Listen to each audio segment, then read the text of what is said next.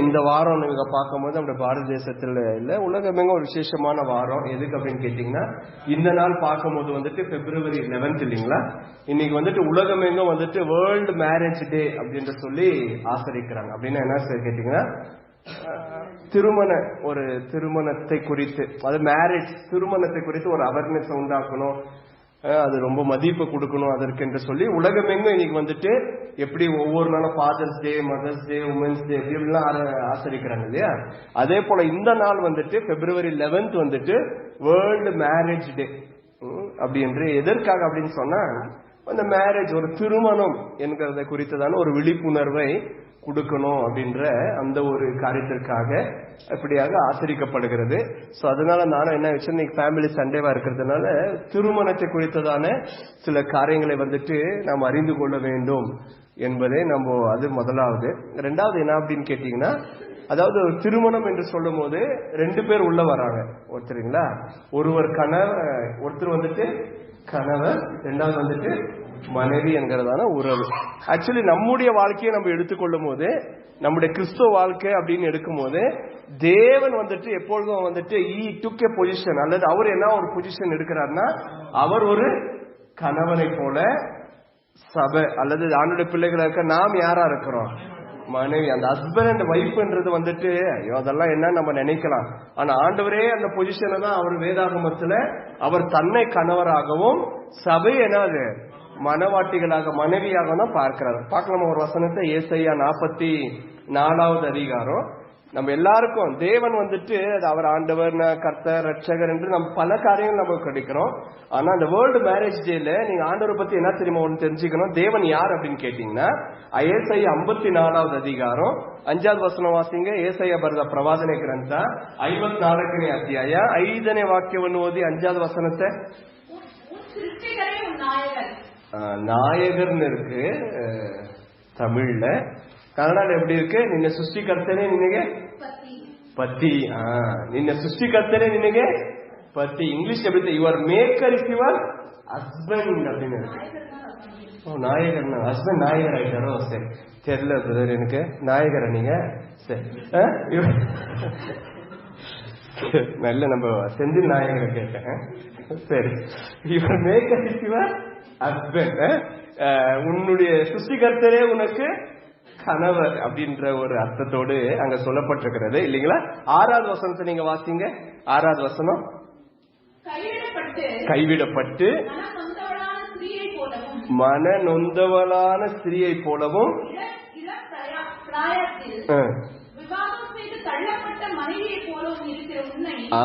மனைவியை போல இருக்கிற உன்னை. புரிஞ்சுச்சுங்களா? இங்க தேவன் எந்த ரிலேஷன்ஷிப்பை கொண்டு வர்றாருன்னு, அவர் எந்த ரிலேஷன்ஷிப் எடுக்கிறனா ஈஸியா ஹஸ்பண்ட், நம்மளே அவர் என்னன்னு கூப்பிடுறாரு? மனைவி அப்படின்னு கூப்பிடுறாரு. இந்த வேர்ல்டு மேரேஜ் டே நீங்க பார்க்கும் போது, ஐயோ எனக்கு தான் கல்யாணம் ஆகலையே அப்படின்னு சில பேர் நீங்க அப்படி யோசிக்க கூடாது, வாலிப பசங்க. ஏன்னா வந்துட்டு இந்த ரிலேஷன்ஷிப் பார்க்கும் போது காட் வந்து நமக்கு யாரா இருக்கிறாரு? ஹஸ்பண்டா இருக்க. நம்ம யாரா இருக்கிறோம்? வைஃபா இருக்கிறோம் போது, ஒரு கணவன் மனைவியை உறவை குறித்து தேவன் எவ்வளவு முக்கியத்துவம் படுத்துகிறார் என்பது இந்த வசனம் நமக்கு சொல்லிக் கொடுக்கும் இல்லைங்களா? யூஸ்வலி ஐயோ கணவன், ஐயோ மனைவியா, ஐயோ இந்த கல்யாணமா அப்படிங்கறதான ஒரு வெறுப்பு சில டைம்ல நமக்கு அதுல உண்டாகிற கசப்பான அனுபவங்கள், ஒருவேளை நம்முடைய வாழ்க்கையில நம்ம நினைத்தபடி நம்முடைய வாழ்க்கை சில டைம்ல அமையாமல் போனது நிமித்தமா, அல்லது அந்த திருமண வாழ்க்கையில உண்டாகிற சில இழப்புகள் நிமித்தமா நம்ம டைம்ல நம்ம என்ன நினைச்சிடறோம் அப்படின்னா, ஐயோ இந்த கல்யாணம்னா என்ன, அந்த குடும்பம்னா என்ன, அதெல்லாம் மேல ஒரு வெறுப்பு, ஒரு சலிப்பு ஏற்பட்டுரும்.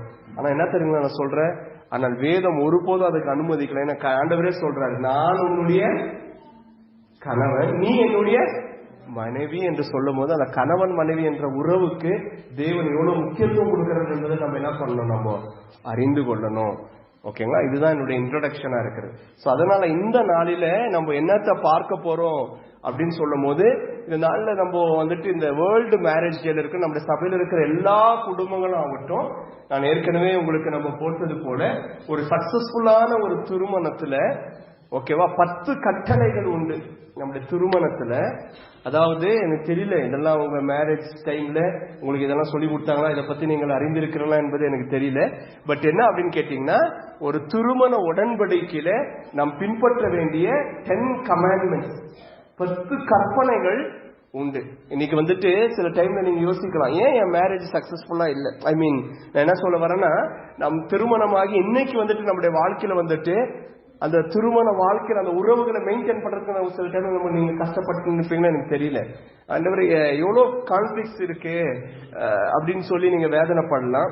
இல்ல ஏன் என் திருமண வாழ்க்கை, ஏன் என் குடும்ப வாழ்க்கை இப்படி இருக்கிறதுங்கிறதான சில கேள்விகள் நமக்கு இருக்கும். ஆனா என்ன நம்ம தெரிஞ்சுக்கணும் அப்படின்னு கேட்டீங்கன்னா, நமக்கு திருமணத்தை குறித்து, திருமணம் என்பது அங்க நீங்க பார்க்கலாம், திருமண உடன்படிக்கைன்னு போட்டிருக்கிறேன் இல்லைங்களா. மேரேஜ் இஸ் ஏ கவர்னன்ட், அது வந்து உடன்படிக்கை, கான்ட்ராக்ட் இல்ல. Okay, there is a difference between a contract and a covenant. ஓகேங்களா. கான்ட்ராக்ட்னா என்னன்னு கேட்டீங்கன்னா, ஒரு அக்ரிமெண்ட் போட்டுக்கிறது. அதுக்கு என்னன்னா ஒரு காலம் இருக்கும். ஃபார் எக்ஸாம்பிள் 1 வருஷம் அக்ரிமெண்ட், ஒரு போக்கியத்துக்கு ஒரு வீடு லீஸுக்கு போடுறோம் அப்படின்னா 3 வருஷம் அக்ரிமெண்ட் போடுறது கான்ட்ராக்ட் இல்லைங்களா. ஆனா கவர்னன்ட், உடன்படிக்கைன்றது என்னன்னு கேட்டீங்கன்னா, அதற்கு எந்த கால அவதியும் என்னது இல்ல, அது உடைக்கப்படாது. எப்ப அந்த உடன்படிக்கை நம்ம ரிலீஸ் ஆகும்னா, அது திருமணத்துல நீங்க பாத்துருக்கீங்க, மரணம் நம்மை பிரிக்கும் அளவும் அப்படின்னு ஒரு உடன்படிக்கை நம்ம பண்றோம் தேவ சமூகத்தில். It's a covenant. அது வந்து என்ன கிடையாது, கான்ட்ராக்ட் இல்லை என்பதை முதலாவது நாம் புரிந்து கொள்ள வேண்டும். ரெண்டாவது என்னன்னு கேட்டீங்கன்னா, இந்த திருமணம் என்பது உடன்படிக்கையில நாம் பின்பற்ற வேண்டிய சில, அதாவது பின்பற்ற வேண்டிய 10 கட்டளைகள் உண்டு என்பதை கூட நம்ம மறக்க கூடாது. 10 கட்டளை அப்படின்னு சொல்லும் போது டக்குன்னு உங்க மனசுக்கு எது ஞாபகம் வருது? ஆண்டவர் வந்து இஸ்ரவேல் மக்களுக்கு கொடுத்ததான 10 கட்டளை, கரெக்ட் இல்லைங்களா? அதை தான் இன்னைக்கு நம்ம பார்க்க போறோம். யாத்ராகமத்தின் புஸ்தகம், தி புக் ஆஃப் எக்ஸடஸ். இன்னைக்கு நம்ம தியானிக்க போகிற வேத பகுதி அதுதான். யாத்ராகமத்தின் புஸ்தகத்தை எல்லாரும் எடுத்துக்கலாமா?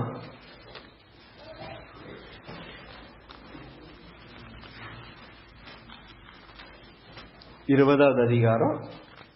இங்கதான் நீங்க என்ன பாக்குறீங்க அப்படின்னா, 1 இருந்து அந்த 17வது வசனத்தை வரைக்கும் நீங்க உங்களால என்ன பார்க்க முடியும் அப்படின்னு கேட்டீங்கன்னா, 10 கட்டளைகளை குறித்து இங்க எழுதப்பட்டிருக்கிறது இல்லையா. யாத்ராகமம் விமோச்சன காண்டா 20ನೇ ಅಧ್ಯಾಯ ವಾಕ್ಯ 1ರಿಂದ 17. இந்த 1ರಿಂದ 17 வரைக்கும் ஆண்டவர் இஸ்ரவேலுக்கு கொடுத்ததான எத்தனை கட்டளை? 10 கட்டளை குறித்து இங்க வந்து எழுதப்பட்டிருக்கு. நீங்க நல்லா கவனிக்கணும். இந்த 20வது அதிகாரம் வர்றதுக்கு முன்னாடி, ஏன்னா நம்ம பைபிள் இன்டர்பிரேஷன் கோர்ஸ் கூட அதிகாரத்தை பத்தி பார்த்து நடக்கிறோம். நம்ம அதிகாரம் பார்க்க கூடாது, தொடர்ந்து நம்ம என்ன பண்ணணும், பார்க்கணும். ஆனா 20வது அதிகாரத்துக்கு முன்னாடி 19வது வசனத்துல நீங்க பார்க்கும் போது ஆண்டவர் என்ன பண்றாருன்னா, 19வது வசனத்துல நீங்க வந்துட்டு அங்க வந்துட்டு 4வது வசனம் வாசிங்க. 19வது அதிகாரம் 4வது வசனம் வாசிங்க. 4:5. நான் எகிப்தியருக்கு செய்ததையும் நான் உங்களை கழுகுகளுடைய செட்டைகளின் மேல் சுமந்து உங்களை என்னென்னையில் சேர்த்துக் கொண்டதையும் நீங்கள் கண்டிருக்கிறீர்கள். நீங்கள் என்னென்றையிலே உங்களை நான் சேர்த்துக் கொண்டதை நீங்கள் கண்டிருக்கிறீர்கள். இப்பொழுது என் வார்த்தை உள்ளபடி கேட்டு, இது வந்து ஒரு கல்யாணம் நடக்கிற மாதிரி நீங்க இதை வந்து நீங்க இந்த வசனத்தை இப்படி பார்க்கணும். நீங்கள் இப்பொழுது என் வாக்கின்படியெல்லாம் நீங்கள் நடந்து கொண்டால் பாருங்க, உடன்படிக்கை வந்து பாத்தீங்களா, நீங்கள் என்னுடைய உடன்படிக்கையை கை கொள்வீர்களானால் சகல ஜனங்களிலும் நீங்களே என்னுடைய சொந்த சம்பத்தங்களா இருப்பீர்கள், பூமி எல்லாம் என்னுடையது என்று இங்க ஆண்டவர் சொல்றாரு. உங்களுக்கு இது கொஞ்சம் கான்டெக்ஸ்ட நீங்க கொஞ்சம் புரிஞ்சுக்கணும். என்னன்னு கேட்டீங்கன்னா, தேவன் இஸ்ரவேல் மக்களை எங்கிருந்து கொண்டு வந்தார்? எகிப்திலிருந்து வெளியே கொண்டு வந்தார். இப்பொழுது தேவன் அவர்களை கானான் தேசத்திற்குள்ள வழி நடத்தணும் இல்லைங்களா. இந்த வனாந்தர பாதையில என்ன நடந்துச்சு அப்படின்னா, தேவன் அவனோட கூட என்ன பண்றாருன்னா ஒரு உடன்படிக்கை ஆண்டவர் ஏற்படுத்துகிறார். ஒரு ஒப்பந்தம், ஒரு கல்யாணம். பாருங்க, சும்மா சரி நான் எனக்கு பிடிச்சிருக்கு, என்னையும் உனக்கு பிடிச்சிருக்கு, வா அப்படியே சேர்ந்து வாழலான்றது அதுக்கு பேர் என்ன கிடையாது, லிவிங் இன் ரிலேஷன்ஷிப்னு இப்ப வந்திருக்காது. ஓகேங்களா. அந்த ரிலேஷன்ஷிப் ஆண்டவர் விரும்பல. என்ன பண்ணணும்னா, நீயும் நானும் என்ன பண்ணிக்கணும்னா ஒரு உடன்படிக்கை நம்ம என்ன பண்ணிக்கணும், ஏற்படுத்திக்கணும். அது வந்து ஒரு திருமணத்தை போல, அது இட்ஸ் லைக் ஏ மேரேஜ். ஆண்டு வந்துட்டு ஒரு உடன்படிக்கையை தேவன் ஏற்படுத்துகிறார். இதுக்கு மேல நான் உன்னுடைய தேவனா இருப்பேன், நீங்க என்னுடைய ஜனமா இருப்பீங்க. இந்த உலகத்துக்கிற எல்லாரையும் காட்டிலும் நீங்க தான் என்னுடைய சொந்த சம்பத்து.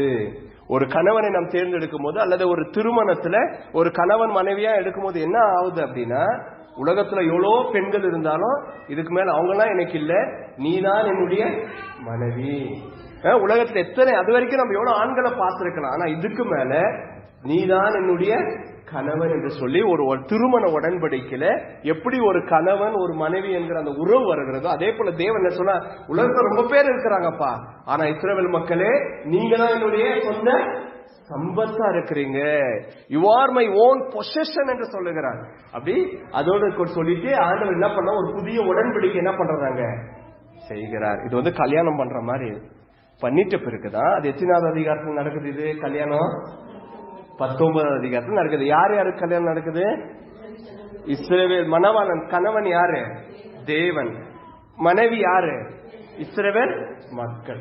ஓகேங்களா? ஒரு திருமணம் நடக்குது. எத்தனாவது அதிகாரத்துல பாத்தீங்கன்னா 19வது அதிகாரத்துல திருமணம் நடக்கிறது இல்லைங்களா? ஆயிட்ட பிறகுதான் 20வது அதிகாரத்துலதான் எந்த கட்டளை வருது? 10 கட்டளை, 10 commandments 28th சாப்டர். அதாவது திருமணம் ஆயிட்ட பிறகு ஓகே ஒரு கணவன் மனைவியா வந்துட்டு வாழ்நாளெல்லாம் இந்த உடன்படிக்கை நம்ம வாழணும் இல்லைங்களா? இது பிரியக்கூடாது. அதனால ஆண்டவர் என்ன தெரியுமா பண்ணாரு? 10 கட்டளைகளை எழுதி கொடுத்தார். இந்த 10 கட்டளைகளின்படி நீ நடந்துக்கணும் அப்படின்னா என்ன ஆகும்னு கேட்டீங்கன்னா, காலமெல்லாம் நீ எனக்கு தேவனா இருப்பாய், நானும் உனக்கு தேவனா இருப்பேன், நீ எனக்கு என்னுடைய ஜனமா இருப்பேன்னு சொல்லிட்டு அந்த உடன்படிக்கை ரொம்ப ஸ்ட்ராங்கா இருக்கணும் அப்படின்னு கேட்டீங்கன்னா, அந்த உடன்படிக்கை நல்லா கெட்டியா இருக்கிறதுக்கு ஆண்டவர் கொடுத்ததானே எத்தனை கட்டளை? 10 கட்டளை என்ன பண்ணாருன்னா தேவன் கொடுத்தார். எனக்கு அருமையானவர்கள, இன்னைக்கு வந்துட்டு today we are losing hope on marriage. இதுக்கு திருமண வாழ்வை குறித்ததான் நம்பிக்கை இழந்து கொண்டிருக்கிற ஒரு காலத்துல நம்ம வாழ்ந்து கொண்டிருக்கிறோம். உங்களுடைய குடும்பங்கள் கணவன் மனைவியா நீங்க இருக்கும் போது அவங்க ரட்சிக்கப்பட்டிருந்தாலும் சரி, உங்களுடைய கணவன் ரட்சிக்கப்படாம இருந்தாலும் சரி, already you are into a marriage covenant, ஒரு உடன்படிக்கையில நீங்க இருக்கிறீங்க.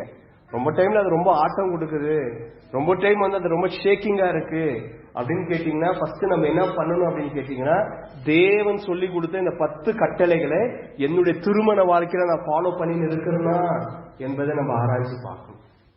ஏன் அடிக்கடி மிஸ் அண்டர்ஸ்டாண்டிங் வருது? குடும்பம்னா வரதான் செய்யும், ஆனா ஏன் அடிக்கடி வருகிறது? அடிக்கடி ஏன் புயல் வருகிறது? அடிக்கடி ஏன் காற்று வீசுகிறது? அடிக்கடி என் குடும்பம் ஏன் ஸ்கேட்டர் ஆயிடுது, ஏன் விழுந்து போயிடுது அப்படின்னு நீங்க கொஞ்சம் கவனிக்கணும். நீங்க பண்ண வேண்டியது என்ன தெரியுங்களா?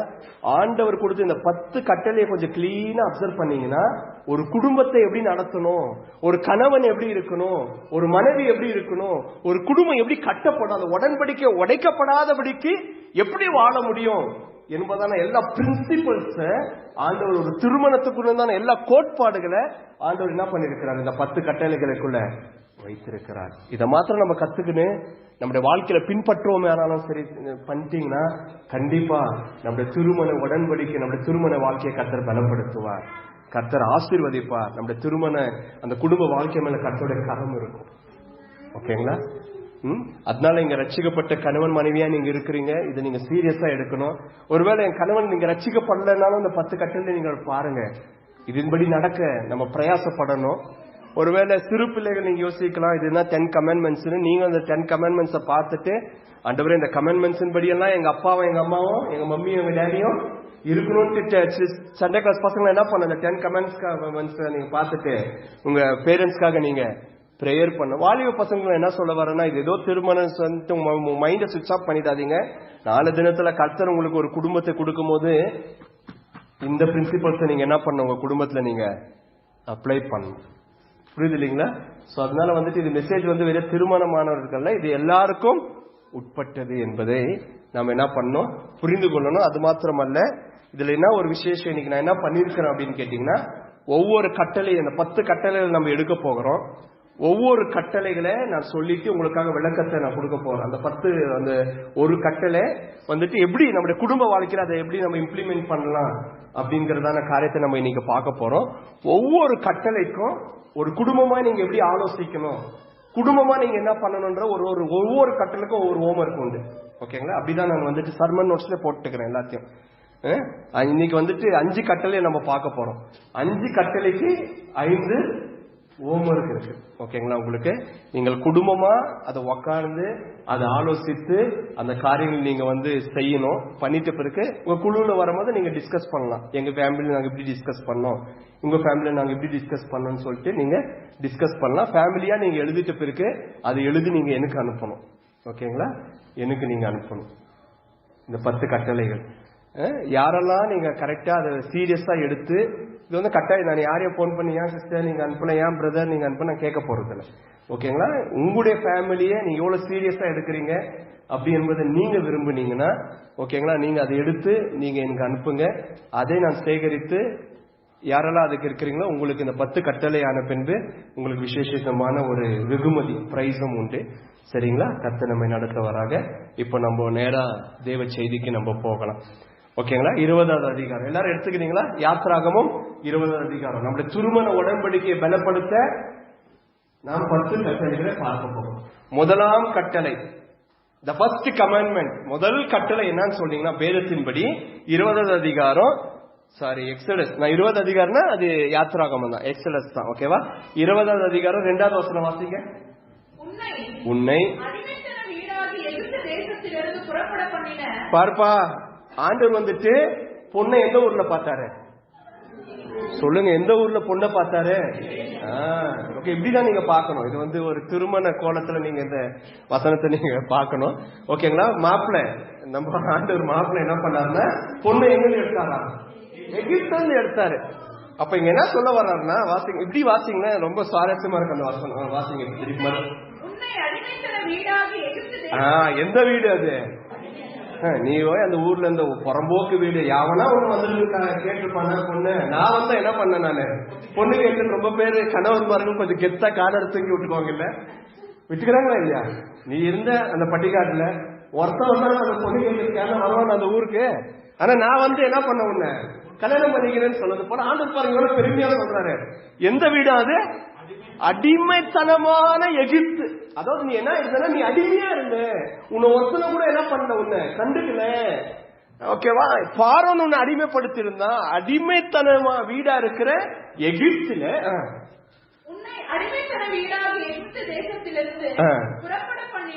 புறப்பட பண்ணின.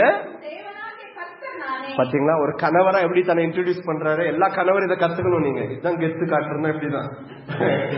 அதுக்கிட்டு போய் காட்டிடாதீங்க. நீங்க அப்புறமா சகோதரிகளை என்ன அட்டாக் பண்ணிடுவாங்க. என்ன எப்படி கெத்து காட்டுறாரு பாத்தீங்களா? ஆண்டவர் எவ்வளவு அதை பெருமையா சொல்றாரு பாத்தீங்களா? எப்பா நீ அடிமையின் வீட்டுல இருந்த, நீ அடிமையா இருந்த. ஆனா அந்த அடிமையின் வீட்டுக்கு நான் ஓகேவா ஒரு புரோக்கர் அனுப்பிச்சு. புரோக்கர் யாரு? பொண்ணு பார்த்த புரோக்கர். மோசே யார் ஆயிட்டாருப்பா? புரோக்கர் ஆயிட்டாரு. மோசே இன்னைக்கு பிரசனத்தை பத்தி எல்லாம் பேசினாரு சிவா. ஓகே, மோசே புரோக்கர் ஆயிட்டு அந்த புரோக்கர் முகாந்திரமா ஆண்டவர் என்ன பண்ணிட்டார்? ஒரு பொண்ணு, நான் உன்னை தெரிந்து கொண்டேன். இது எதுக்கு நான் குத்தி காட்டுறதுக்கு இல்ல, எவ்வளவு அன்பு மேல வச்சுக்கிறேன் பத்தியா? நீ அடிமையா இருந்த, நீ நினைச்ச நான் அழகு இல்லைன்னு நினைச்ச, நீ நினைச்ச இதுக்கு மேல என்னெல்லாம் அவன் கட்டிக்க போறான் அப்படின்னு நீ நினைச்ச, என்னெல்லாம் யார் பார்க்க போறாங்க அப்படின்னு நீ நினைச்ச. ஆனா நீ ஒண்ணுமே இல்லாத இருந்தாலும் நான் உன்னை தேடி வந்த மணவாளன், உன்னுடைய கணவன் நான் என்று தேவன் நம்மை பார்த்து சொல்லுகிறார். எனக்கு அருமையான எத்தனை சந்தோஷம் இல்லைங்களா இது? நான் இப்படி சொல்லும் போது நம்முடைய கணவரை நம்ம யோசிக்கணும். ஆண்டவராகிய இயேசு கிறிஸ்து இந்த உலகத்தில் அடிமை தனத்துல நம்ம இருந்தோம், எங்கெங்கயோ இருந்தோம், எப்படியோ இருந்தோம். ஆண்டவர் என்ன தெரியுமா சொன்னாரு? எம்மை தேடி நம்மை ரட்சித்த ஒரு நல்ல மணவாளன் நமக்கு உண்டு. எனக்கு அருமையானவர்ல, இந்த வேர்ல்டு மேரேஜ் டேல, இந்த திருமண நாள்ல நம்ம யாருக்கு தெரியுமா நன்றி சொல்லணும்? ஆண்டவர் எங்கேயோ ஒரு மூலையில இருந்தேன், அட்ரஸ் இல்லாம இருந்தேன், ஆனா என்னையும் நேசிக்கிறதுக்கு ஒரு நபர் இருக்கிறாரு, என்னையும் பாக்குறதுக்கு ஒரு அளவு ஒரு நபர் இருக்கிறான்னு கண்டுகொண்டு. அதுதான் நம்முடைய ஆண்டவராகிய இயேசு கிறிஸ்து. கரெக்ட் இல்லைங்களா? அவரே அதான் சொல்ற. நான் தான் உன்னை என்ன பண்ணா, அடிமையின் வீடா இருக்கிற எகிப்துல நான் உன்னை புறப்பட பண்ணினேன் அப்படின்னு என்ன பண்ண, உன்னை கல்யாணம் பண்ணிக்கினேன், உன்னை என்ன பண்ணிட்டேன் அங்கிருந்து கொண்டு எங்க ஆண்டவர் வீடு பார்த்து வச்சிருந்தார், தனி கொடுத்தனும். ஆனால் தான் மாமியார் வீடு யாருக்கு? நமக்கு. கரெக்ட். நம்ம எல்லாருக்கும் இஸ்ரவேல் மக்களுக்கு மாமியார் வீடு எது? கானான் தேசம் தான். ஓகேங்களா? நான் உன்னை புறப்பட பண்ணினேன்னு சொல்லிட்டு முதல் கட்டளை என்ன கொடுத்தார்? வாசிங் சிஸ்டர் முதல் கட்டளை என்ன? வேண்டாம். எல்லாரும் நல்லா கவனிங்க. நான் இந்த ஒரு கட்டளையா தான் ஃபர்ஸ்ட் கட்டளையா போட்டிருக்கிறேன். அதாவது you shawl add no other gods before me. ನನ್ನ ಮುಂದೆ ನಿನಗೆ ಬೇರೆ ದೇವರುಗಳು ಇರಬಾರದು. என்னையன்றி உனக்கு வேறே தேவர்கள் உண்டாயிருக்க. இதுதான் எத்தனாவது கட்டளை? இது ஃபர்ஸ்ட் கட்டளை. எனக்கு அருமையான ஆண்டவர் எடுத்த உடனே என்ன தெரியுமா சொல்றாரு? அப்பா, நம்முடைய திருமண உறவை அந்த உடன்படிக்கை நான் 19வது அதிகாரத்துல பண்ணிட்டேன். அந்த உடன்படிக்கை ரொம்ப ஸ்ட்ராங்கா இருக்கணும் அப்படின்னு கேட்டீங்கன்னா, திருமண உடன்படிக்கை வந்துட்டு ரொம்ப ஸ்ட்ராங்கா இருக்கணும் அப்படின்னு கேட்டீங்கன்னா என்ன தெரியுமா எங்க ஆண்டவர் சொல்றாரு அப்படின்னு கேட்டீங்கன்னா, சரி ஓகே பாருங்க, எழுதுங்க, பாருங்க என்ன பாருங்க. ஓகே, எல்லாரும் நல்லா கவனிங்க. என்ன தெரியுமா எங்க ஆண்டவர் சொல்ற வர்றாரு? எப்படி அந்த ரொமான்டிக் லைஃப்னு சொல்லுவாங்க, எப்படி அந்த கணவன் மனைவி அந்த உறவை ஆண்டவர் எப்படி தெரியுமா இங்க கொண்டு வர்றாரு? இதனுடைய அர்த்தம் என்ன தெரியுங்களா? என்னை அன்றி வேறே தேவன் உனக்கு என்ன பண்ணக்கூடாது. ஏன்னா இவங்க வனாந்திர அந்த வில்டர்னஸ்ல வனாந்து நடக்கும் போது எவ்வளவு அந்நிய ஜனங்களை பார்த்தாங்க. அவங்க எல்லாருக்கும் என்ன பாத்தீங்கன்னா, வீட்டுக்கு ஒரு கடவுள் இருந்தாங்க. வெவ்வேறு கடவுளர்களை தேவர்களை என்று சொல்லி அவங்க வெவ்வேறு காரியங்களை அவங்க என்ன பண்ணியிருந்தாங்க, வர்ஷிப் பண்ணியிருந்தாங்க. அப்போ அவங்க எல்லாம் பார்க்கும் போது, அந்த கடவுளெல்லாம் இவங்க பார்க்கும் போது, அப்போ ஆண்டவர் இங்க சொல்றாரு, எவ்வளோ பேரை நீ பார்த்தாலும் சரி, புறஜாதிகள் பல விக்கிரகங்களை ஆராதிச்சாலும் சரி, ஆனா உன் வாழ்க்கையில வரும்போது என்ன தவிர உனக்கு வேற யாரும் என்ன பண்ணக்கூடாது, இருக்க கூடாது என்பது தேவன் கொடுத்த முதல் கட்டளை. ஒரு ஹஸ்பண்டுடைய கேரக்டர் வெளிப்படுதா உங்களுக்கு? You can see how possessive God is. பொசசிவ்னா தெரியுமா உங்களுக்கு? ஸ்வார்த்தா, கிட்ட ஒரு ஸ்வார்த்தா மாதிரி தான். என்ன ஸ்வார்த்தானா, அது என்ன விதமான சுயநலன் கேட்டா, உனக்குன்னு வந்தப்போ நானா தான் என்னவா இருக்கணும், ஃபர்ஸ்டா இருக்கணும். எனக்குன்னு வந்தப்போ நீ தான் என்ன இருக்கணும். சில கணவர் அந்த பெஞ்சாதி மாறுங்க மத்தவங்கிட்ட பேச கூட அனுமதிக்க மாட்டாங்க. ஐ மீன் என்னன்னு கேட்டீங்கன்னா, இல்ல நான் இருக்கும்போது நீ என்னையதான் என்ன பண்ணணும், முறைச்சு பார்த்துனே இருக்கணும், வேற எங்கேயும் நீ என்ன பண்ணக்கூடாது. இல்ல உண்மைதான், இது உண்மைதான். அநேக கணவன்மார்கள் தங்களுடைய மனைவி மேல எப்படி தெரியுமா இருப்பாங்க, ரொம்ப பொசசிவ்னுவாங்க. அதுக்கு தமிழ்ல எனக்கு சரியான அர்த்தம் எனக்கு தெரியல, அது எப்படி சொல்லணும்னு. பொசசிவா இருப்பாங்க. ஆண்டு அது பாருங்க, அந்த பொசசிவ்னஸ் எப்படி தேவன் தன்னுடைய உடன்படிக்கையில ஃபர்ஸ்டா வைக்கிறார் பாத்தீங்களா? அப்படின்னா என்ன தெரியுமா வர்றாரு ஆண்டவர் சொல்றாரு, பார்ப்பா, அதுக்குதான் 19வது அதிகாரத்தை நான் படிச்சு காட்டினேன். உலகத்துல எவ்வளோ ஜனங்க இருந்தாலும் என் மனைவியாகிய இஸ்ரவேலே நீதான் எனக்கு என்னது ஃபர்ஸ்ட். அதே போல உடன்படிக்கையில் ஆண்டவர் என்ன சொல்றாருன்னா, இந்த உலகத்துல எவ்வளோ தேவர்கள் எனப்பட்டவர்கள் இருந்தாலும் என் மனைவியாகிய இஸ்ரவேலே உனக்குன்னு வந்தப்போ யார் தான் ஃபர்ஸ்ட்?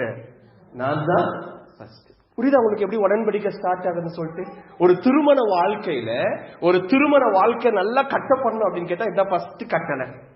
ஃபர்ஸ்ட் கட்டளை அப்ப என்னன்னு கேட்டீங்கன்னா, இந்த வசனத்தின்படி நம்முடைய குடும்பத்திற்கு இதை அப்ளை பண்ணணும்னு கேட்டீங்கன்னா, முதலாவது கட்டளை என்ன தெரியுங்களா? Make your spouse first.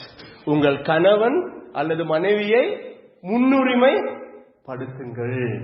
ஓகேங்களா? ನಿಮ್ಮ ಸಂಗಾತಿಯೇ ನಿಮಗೆ ಪ್ರಥಮ. ಸಂಗಾತಿ நான் சொல்லும் போது அது கணவன் மனைவி. ஓகேங்களா? ஸ்பௌஸ் அப்படின்னு சொல்லும் போது it refers to both husband and wife. ஓகேங்களா? இதுதான் நம்முடைய திருமண வாழ்க்கையில நம்ம கீழ்ப்படைய வேண்டிய பின்பற்ற வேண்டிய முதலாம் கட்டளை. முதலாம் கட்டளையில முதலாவது நபர் யார் தான்? முதலாவது கட்டளையில முதலாவது நபர் யாரு? இல்ல நம்ம குடும்பத்துல முதலாவது கட்டளையில முதலாவது நபர் யாரு? என்னுடைய கணவன், என்னுடைய மனைவி. புரிஞ்சுங்களா உங்களுக்கு? This is how it should be. இதுதான் நம்முடைய திருமண வாழ்க்கை. அந்த உடன்படிக்கை விழக்கூடாது அப்படின்னு நம்ம நினைப்போமே. ஆனால் எனக்கு அருமையானவர்களே, இந்த ஒரு அர்ப்பணிப்புல இந்த ஒரு காரியம் நம்ம நரம்புகள்ல ரத்த நாளங்கள்லாம் ஓடணும். என்னன்னு கேட்டீங்கன்னா, என் கணவன் தான் எனக்கு ஃபர்ஸ்ட், என்னுடைய மனைவி தான் எனக்கு ஃபர்ஸ்ட், மத்தவங்க எல்லாம் நெக்ஸ்ட். புரியுது இல்லைங்களா? மத்தவங்க எல்லாம் யாரு? ஸ்பௌஸ். தேவன் அதை விரும்புகிறார். பழைய ஏற்பாட்டுல தேவன் அதை சொன்னார். என்ன சொன்னாருன்னா, பாப்பா என்னை அன்றி வேற தேவர்களை நீ என்ன பண்ணாத, ஏற்படுத்திக்காதுன்னு சொன்னார். புதிய ஏற்பாட்டுல இயேசு வரும்போது என்ன தெரியுமா சொன்னாரு? முதலாவது தேவராஜ்யத்தையும் அவருடைய நீதியும் நானாதான் இருக்கணும். இயேசுவும் அதான் சொன்னார். புரியுது இல்லைங்களா? அப்ப நம்முடைய திருமண வாழ்க்கையில நம்ம ஃபாலோ பண்ண வேண்டிய முதல் கட்டளை என்ன தெரியுங்களா? No matter what happens in your life. நம்முடைய வாழ்க்கையில என்ன நடந்தாலும் சரி, எனக்கு அருமையானவர்ல என்ன நடந்தாலும் சரி, நீங்க செய்ய வேண்டிய முதல் காரியம் என்னன்னு கேட்டீங்கன்னா, அந்த லைஃப் நம்முடைய திருமண அந்த உடன்படிக்கையில ஃபர்ஸ்ட்ன்ற அந்த நபரை, அது கணவனை தவிர மனைவியை தவிர வேற யாருக்கும் அந்த இடத்த உங்க வாழ்க்கையில என்ன பண்ணாதீங்க, கொடுக்காதீங்க. இதுலதான் நம்ம செய்ய வேண்டிய காரியம். நம்மள நேசிக்கிறவங்க எவ்வளவு பேர் இருக்கலாம், நம்மள அன்பு காட்டுகிற பல உறவுகள் நம்ம வாழ்க்கையில இருந்தாலும் கூட, அந்த ஃபர்ஸ்ட்ன்ற ஒரு சீட் இருக்கு பாத்தீங்களா? ஒரு கணவன் மனைவியுடைய உறவுல இந்த ஃபர்ஸ்ட்ன்ற ஒரு சீட் இருக்கும், ஒரு நாற்காலி இருக்கும். அந்த நாற்காலியில வந்துட்டு வேற யாரும் வந்து உட்கார்றதுக்கு நம்ம வாழ்க்கையில நம்ம என்ன பண்ணக்கூடாது, அனுமதிக்க கூடாது. அந்த இடத்தையே நம்ம என்ன பண்ணக்கூடாதுன்னா விட்டு கொடுக்க கூடாது. நம்ம எல்லாருடைய கணவன் மனைவியுடைய வாழ்க்கையில, திருமண வாழ்க்கையில எப்ப நம்ம திருமணம் என்று செய்கிறோமோ, எல்லாரும் நல்லா கவனிங்களேன், எல்லாரும் எப்ப நம்ம ஒரு திருமணம் என்று வருகிறதோ, இப்ப நீங்க பாக்கலாம் பல சேர் அங்க இருக்கு இல்லையா? அங்க எவ்வளவோ சேர்ஸ் இருக்கு. இங்க எத்தனை சேர் இருக்கு? இங்க ஒரு சேர் தான் இருக்கு. கணவன் மனைவியை நம்ம இணைக்கப்பட்ட பிறகு நம்ம வாழ்க்கையில 2 சேர் இல்ல, ஒரே சேர் தான். ஒரே சேர் தான். புரிஞ்சுதா உங்களுக்கு? there is not 2 chair. உங்க குடும்பத்துல நீங்க சோஃபா செட், உங்க வீட்டுல சோஃபா செட் வாங்கி போட்டுருக்கலாம். நாங்க வரும்போது பல சேர் உங்க வீட்டுல உட்கார்ந்து இருக்கலாம், நீங்க போட்டு வாங்க உட்காருங்க. ஆனா கணவன் மனைவி ஆயிட்ட பிறகு உங்க வாழ்க்கையில ஆண்டவர் கொடுக்கறது எத்தனை சேரு? சீதனமா? ஒரே சேர் தான் ஆண்டவர் உங்களுக்கு சீதனம் கொடுக்கிறார். சீதனம்னா தெரியுமா? இல்ல வரதட்சணை இல்ல, சீதனம்னா பொண்ணு வீட்டு சைட்ல இருந்து. ஏன் வாங்கின அனுபவத்துல பேசுறீங்களா, இல்ல கொடுத்த அனுபவத்துல பேசுறீங்களா? அப்ப பல உண்மைலாம் வெளியே வருது. சரி, அது இருக்கட்டும். ஓகே, ஒரே சேர் தான் சீதனம். அது ஆக்சுவலி கிஃப்ட்னு சொல்லுவாங்க. பொண்ணு சைட்ல இருந்தா பையன் சைட்ல இருந்தா கிஃப்ட் கொடுப்பாங்க. நம்முடைய கல்யாணத்துல ஆண்டவர் கொடுக்கிற கிஃப்ட் என்ன தெரியுமா? ஒரே ஒரு சேரை தான் கொடுப்பாங்க. அந்த ஒரு சேரை கொடுத்துட்டு ஆண்டவர் என்ன தெரியுமா சொல்றாரு? அந்த சேர்ல மனைவிக்கு உங்களுக்கு சொல்ற காரியம் என்னன்னா, அந்த சேர்ல யாரெல்லாம் உட்கார வைக்கணும்? அண்ணன் தான், கணவனை தான் உட்கார வைக்கணும். கணவன்மாருக்கு அந்த சேர்ல யாரதான் உட்கார வைக்கணும்? அங்க வேற யாரும் அந்த, ஒருவேளை அப்படி இல்லைன்னா அந்த சீட் வந்து வேக்கண்டா இருக்கணுமே ஒழிய வேற யாரும் அந்த சீட்ல என்ன பண்ணிட கூடாது, உட்கார்ந்துட கூடாது. இதுதான் திருமண உறவுக்கான முதல் கட்டணம். இப்போ நான் உங்களை கேட்கிறேன், அநேக டைம்ல நம்ம திருமண வாழ்க்கை ஆடுறதுக்கு காரணம் என்ன தெரியுங்களா? குடும்ப வாழ்க்கையில பல சேர் நம்ம குடும்ப வாழ்க்கையில என்ன பண்ணிச்சு, வந்துச்சு. கணவன் மனைவி சென்ற அந்த உறவுல we have n number of chairs. அநேக சேர்களுக்கு நம்ம இடம் கொடுத்துட்டோம். அந்த ஒரு சேர் இருக்குல்ல, அங்க கணவனும் இல்ல, அங்க மனைவி இல்ல, வேற யாரும் நம்ம லைஃப்ல உட்கார்ந்து இருக்கிறதுனாலதான் இன்னைக்கு அந்த திருமண உடன்படிக்கைன்னு இருக்குல்ல, அது வந்து உடன்படிக்கை நம்ம கான்ட்ராக்டா மாறிடுச்சு. ஓகே, எக்ஸ்பயர் ஆயிடும், இன்னும் 1 வருஷம் தான் கான்ட்ராக்ட் போட்டிருக்கிறேன், பார்க்கலாம், இன்னும் கொஞ்ச நாள் வாழ்ந்து பார்க்கலாம், அவ்வளவுனா பார்க்கலாம், இல்லைன்னா விட்டுடலாம் அப்படின்ற காரியங்கள்லாம் ஏன் ஒரு உறவுல ஒரு திருமண உடன்படிக்கையில வருது அப்படின்னு கேட்டீங்கன்னா, எங்கேயோ நம்ம தப்பு பண்ணிருப்போம். கொஞ்சம் யோசனை பண்ணி பாருங்க. பல நேரத்தில் அந்த சேரை பல நபர்களுக்கு நம்ம கடன் கொடுத்ததுனாலதான் அநேக நேரத்தில் அந்த திருமண வாழ்க்கையில வந்துட்டு விரிசல்கள் என்ன பண்ணுகிறது, ஏற்படுது. கொஞ்சம் உங்க ஃபேமிலி லைஃப்பை நம்ம எப்படி யோசித்து பார்க்கலாமா? நம்ம அப்பா அம்மாவுடைய லைஃப்பை கொஞ்சம் யோசனை பண்ணி பார்க்கலாமா? ஏன் விரிசல் வருது அப்படின்னு கேட்டீங்கன்னா, ஆண்டவர் கொடுத்துருக்கிறது ஒரு சேர் தான். ஆண்டவர் கொடுத்துருக்கிறது ஒரு சேர் தான். அந்த ஒரு சேர்ல என் லைஃப்ல என் மனைவி தான் இருக்கணும். ஆனா நம்ம வேற யார சிஸ்டர் எடுத்து வந்து உட்கார வச்சேன்னு வச்சுங்களேன், அது போச்சு, அது போச்சு. அதனால எனக்கு அருமையான ஒரு நான் உங்களுக்கு என்ன சொல்ல வரேன் அப்படின்னு கேட்டீங்கன்னா, பாருங்க, ஆண்டவர் எவ்வளவு வைராக்கியமா இருந்தார் பாத்தீங்களா? ஃபர்ஸ்ட் சொன்ன உடனே, கல்யாணம் ஆன உடனே 19வது அதிகாரத்துக்கு கல்யாணம் ஆச்சு இல்லைங்களா? கல்யாணம் ஆன உடனே முதல் பேச்சு இதுதான், உனக்கு நான் ஃபர்ஸ்ட், எனக்கு நீ ஃபர்ஸ்ட். இந்த ஃபர்ஸ்டுக்குள்ள நெக்ஸ்ட் யாரும் என்ன பண்ணிடக்கூடாது. இதை நம்ம ஃபாலோ பண்றோமா நம்முடைய திருமண வாழ்க்கையில? இது நம்ம ஃபாலோ பண்றோமா? ரொம்ப டைம்ல அந்த சேர்ல நம்ம அம்மா அப்பா அண்ணன் தம்பி அக்கா தங்கச்சி மச்சிஞ்சி ஓகேங்களா, இவங்களெல்லாம் கூப்பிட்டு உட்கார வச்சுக்கிறதுனாலதான் ரொம்ப டைம்ல என்ன ஆயிடுதுன்னு கேட்டீங்கன்னா, திருமண உடன்படிக்கை என்பது அநேக தேவை எல்லாமே அது உடையிற மாதிரி ஆயிடும். We need to really think hard. நம்ம கொஞ்சம் யோசித்து பார்க்கணும். ஒருவேளை இந்த ஆராதனை நேரத்துல ஒருவேளை அந்த சேர் தான் உங்க வாழ்க்கையில பிரச்சனையா இருந்துச்சு அப்படின்னா, இன்னைக்கு நீங்க ஒப்பு கொடுத்து ஜெபம் பண்ணுங்க. ஆண்டவரே, என் லைஃப்ல இருக்கிற எல்லா சேரையும் நான் தூக்கி போடுறேன். மறுபடியும் நீங்க எனக்கு சீதனமா கொடுத்த அந்த ஒரே சேர் என் வாழ்க்கையில இருக்கட்டும். மறுபடியும் என் உடன்படிக்கை புதுப்பிங்க. ஆனது ஒப்பு கொடுத்து நீங்க செபித்து பாருங்க. கர்த்தர் நம்முடைய வாழ்க்கையில கிரியை செய்வார். கர்த்தர் உங்க திருமண வாழ்க்கையில கர்த்தர் கிரியை செய்வார். புரிஞ்சது இல்லைங்களா? அப்போ முதல் கட்டளை என்ன சொல்லுங்க? ஃபர்ஸ்ட் என்ன சொல்லுங்க? உங்க கணவன் மனைவி நீங்க என்ன பண்ணுங்க? முன்னுரிமைப்படுத்துங்க. இன்னும் சிம்பிளா சொல்லணும்னா make them first in your life. ஓகேங்களா? புரிஞ்சுதா எல்லாருக்கும்? நம்ம ரெண்டாவது கட்டளைக்கு போறதுக்கு முன்னாடி இந்த முதல் கட்டளைக்கு நான் என்ன தெரியுமா உங்களுக்கு ஹோம்வொர்க் கொடுத்துருக்கிறேன். ஜஸ்ட் சொல்லிடுறேன். ஆனா இப்போ உட்காந்து அதை யோசிச்சிருவீங்களோன்னு பயமா இருக்கு எனக்கு. ஏன்னா அதோடைய அர்த்தம் உங்களுக்கு புரியணும். அதனால மாத்திரம் இப்ப யோசிக்காதீங்க. இப்ப ஜஸ்ட் நான் என்னோட விளக்கத்தை கொடுக்குறேன். நீங்களா தப்பா கேள்வியை புரிஞ்சிக்க கூடாது. நான் என்ன போட்டிருக்கிறேன் அப்படின்னு கேட்டீங்கன்னா, கணவன்மார் சப்போஸ் ஒரு வாரம் நீங்க ஊருக்கு போயிட்டீங்க, இல்ல மனைவிமார் ஒரு வாரம் நீங்க ஊருக்கு போயிட்டீங்க. நீங்க ஊர்ல இருக்கிறீங்க, கணவன் இங்க இருக்கிறாரு. நீங்க ஊருக்கு போயிட்டு இருக்கிறீங்க, மனைவி இங்க இருக்கிறாங்கன்னு வச்சுங்களேன். என் கணவன் தான் எனக்கு ஃபர்ஸ்ட், என் மனைவி தான் எனக்கு ஃபர்ஸ்ட்ன்றதை நீங்க எப்படி காட்டுவீங்க அந்த ஒரு வாரம்?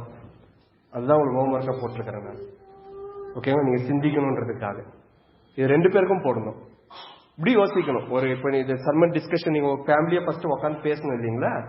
பேசும்போது ஓகே கணவன் சொல்லணும், நான் ஒரு வாரம் ஊருக்கு போயிட்டு இருந்தேன்னா என் மனைவி நீ தான் ஃபர்ஸ்ட்ன்றதுக்காக என்னென்னலாம் நீங்க பண்ணுவீங்க அப்படின்றத நீங்க எழுதணும். மனைவி இப்படி யோசிக்கணும். இப்போ மனைவி ஊருக்கு போயிட்டு இருந்தாங்க, ஒரு வாரம் என் கணவன் தான் ஃபர்ஸ்ட் இருந்தாங்க, ஒரு வாரம் என்னென்னலாம் பண்ணுவாங்க, என்னென்னலாம் நீங்க பண்ணுவீங்க அப்படின்றத சிந்திங்க. இப்போ சிந்திக்காதீங்க, இப்பத்துக்கு மெசேஜுக்கு வாங்க. ஜஸ்ட் அதோட கேள்விகள் எல்லாம் நான் உங்களுக்கு சொல்லிடுறேன். ஓகேவா? சரி, ஓகே. முதலாவது கட்டளை அப்ப என்ன பண்ணணும்னா, நம்ம எல்லாருடைய வாழ்க்கையில முதல் நபரை யாரா, கணவனுடைய வாழ்க்கையில முதல் நபரை யாரா இருக்கணும்? மனைவி. மனைவியுடைய வாழ்க்கையில முதல் நபரை யாரா இருக்கணும்? கணவரா இருக்கணும். முதல் கட்டளை புரிஞ்சிச்சு இல்லைங்களா? இது ரொம்ப ஈஸி, ஆனா ஃபாலோ பண்றது ரொம்ப கஷ்டம். we need to practice. அதை நம்ம பிராக்டிஸ் பண்ணணும். இது முதலாம் கட்டளையாச்சு. இப்ப ரெண்டாவது கட்டளைக்கு வரலாமா? அதே யாத்திராகமம் 20ஆம் அதிகாரத்துல வாசிங்க. ரெண்டாவது கட்டளை 4வது வசனம். மேலே வானத்திலும் கீழே பூமியிலும்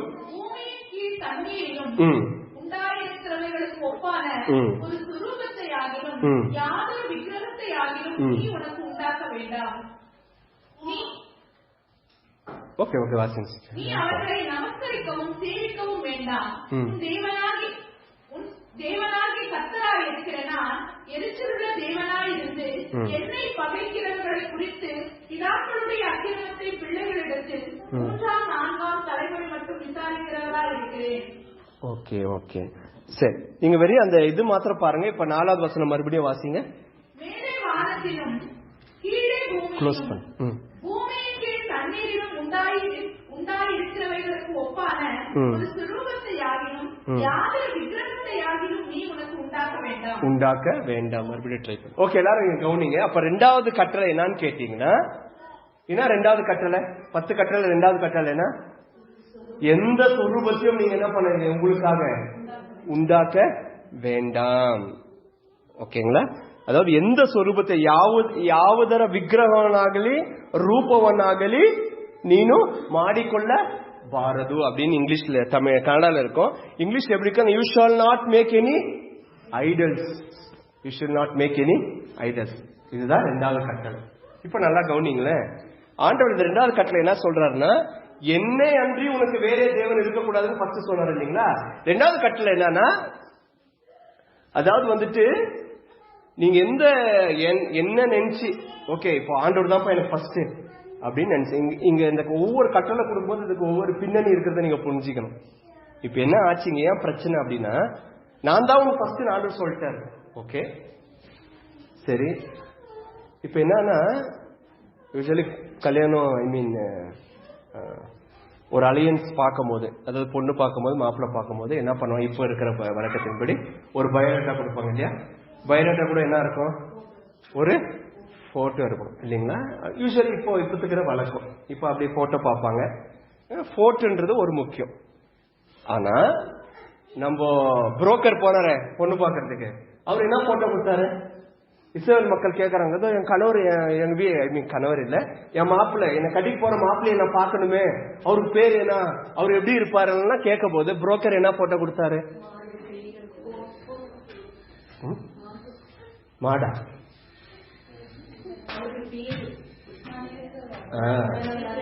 ஒரே போட்டோ தான்.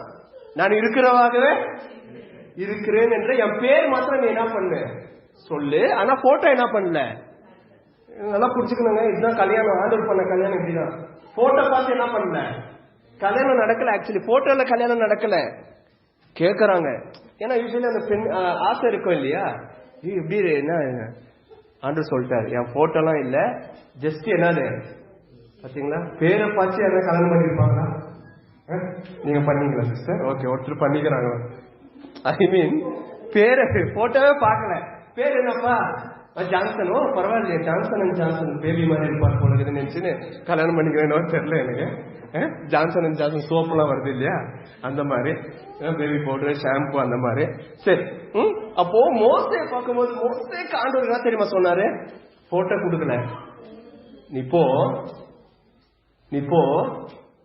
கேட்பாங்க போட்டோ காட்டு அப்படின்னு, பேர் என்னன்னு கேட்பாங்க, பேரை சொல்லு, ஆனா போட்டோ இல்ல. போட்டோ பார்க்காமயே வெறும் பேரை வச்சு ஆண்டவர் செஞ்ச கிரியைகளை வச்சு என்ன ஆச்சு, கல்யாணம் ஆயிடுச்சு. ஓகேவா? நல்லா கவனிங்க.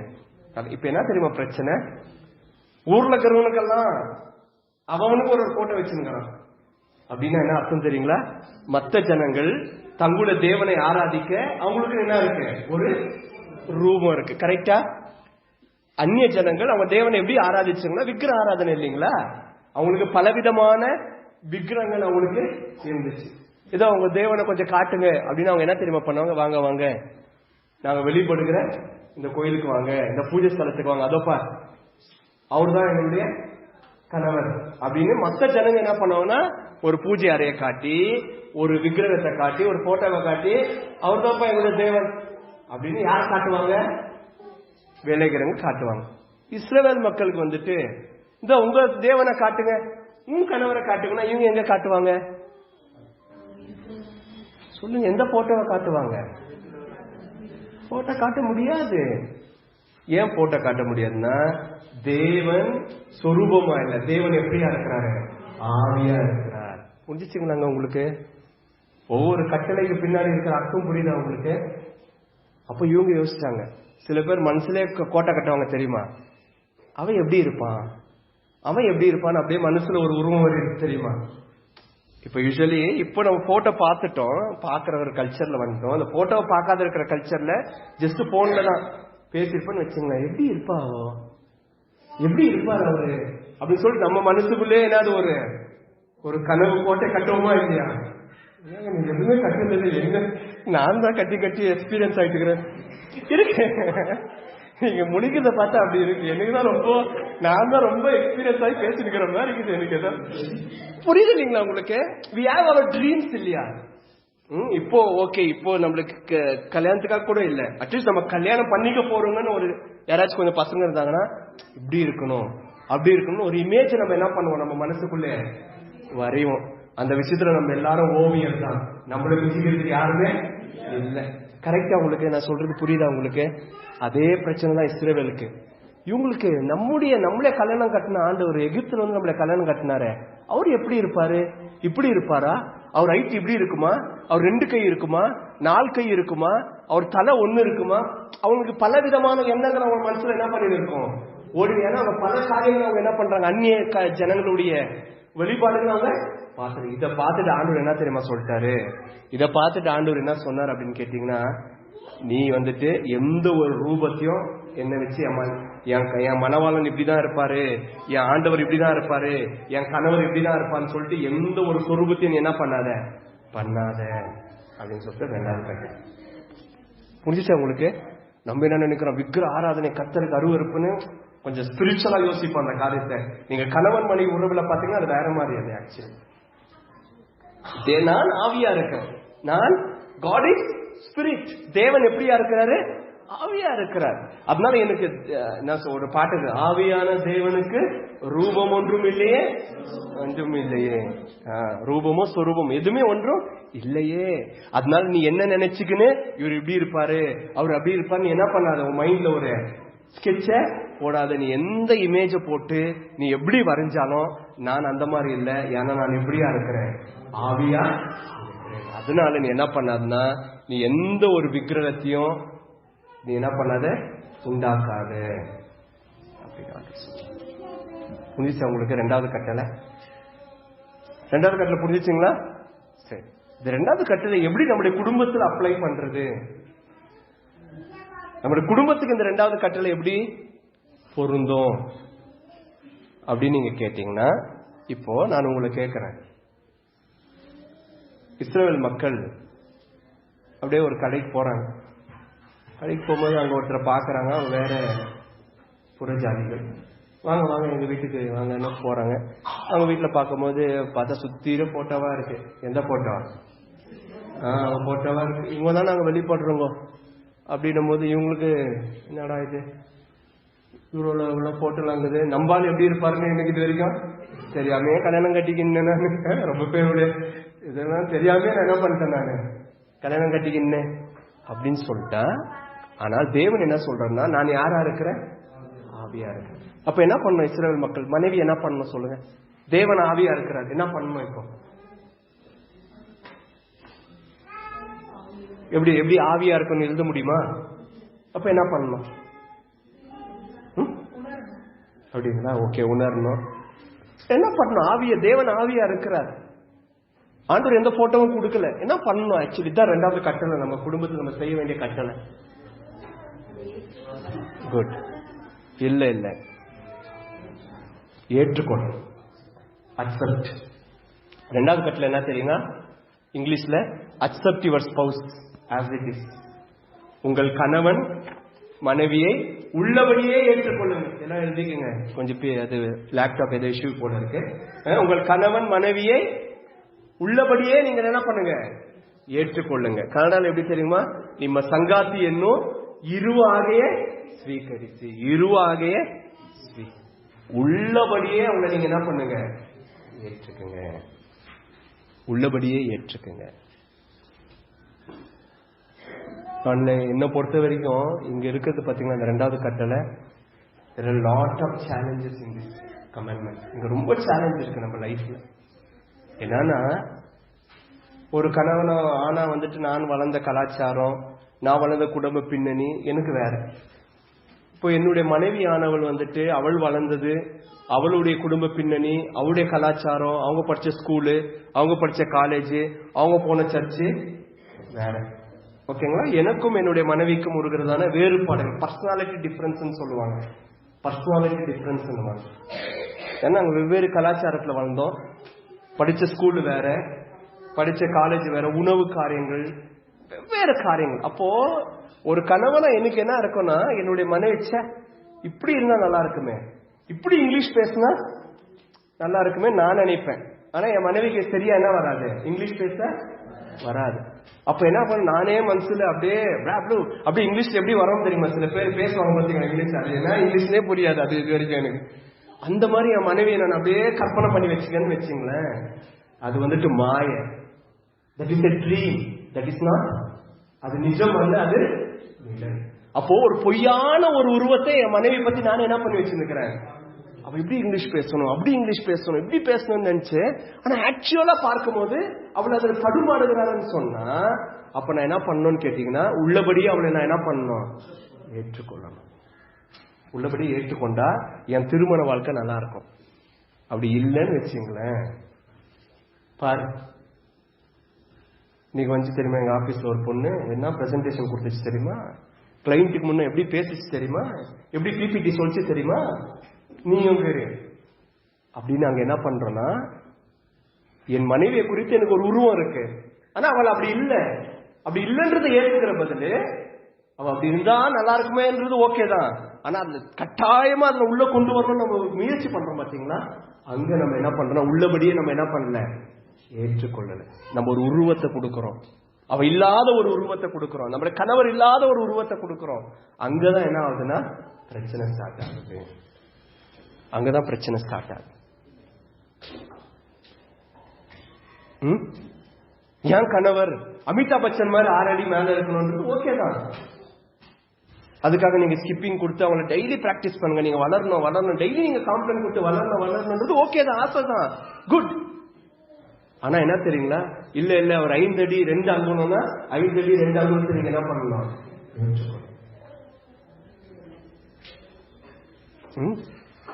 புரியுதா நான் என்ன சொல்ல வரேன்னு?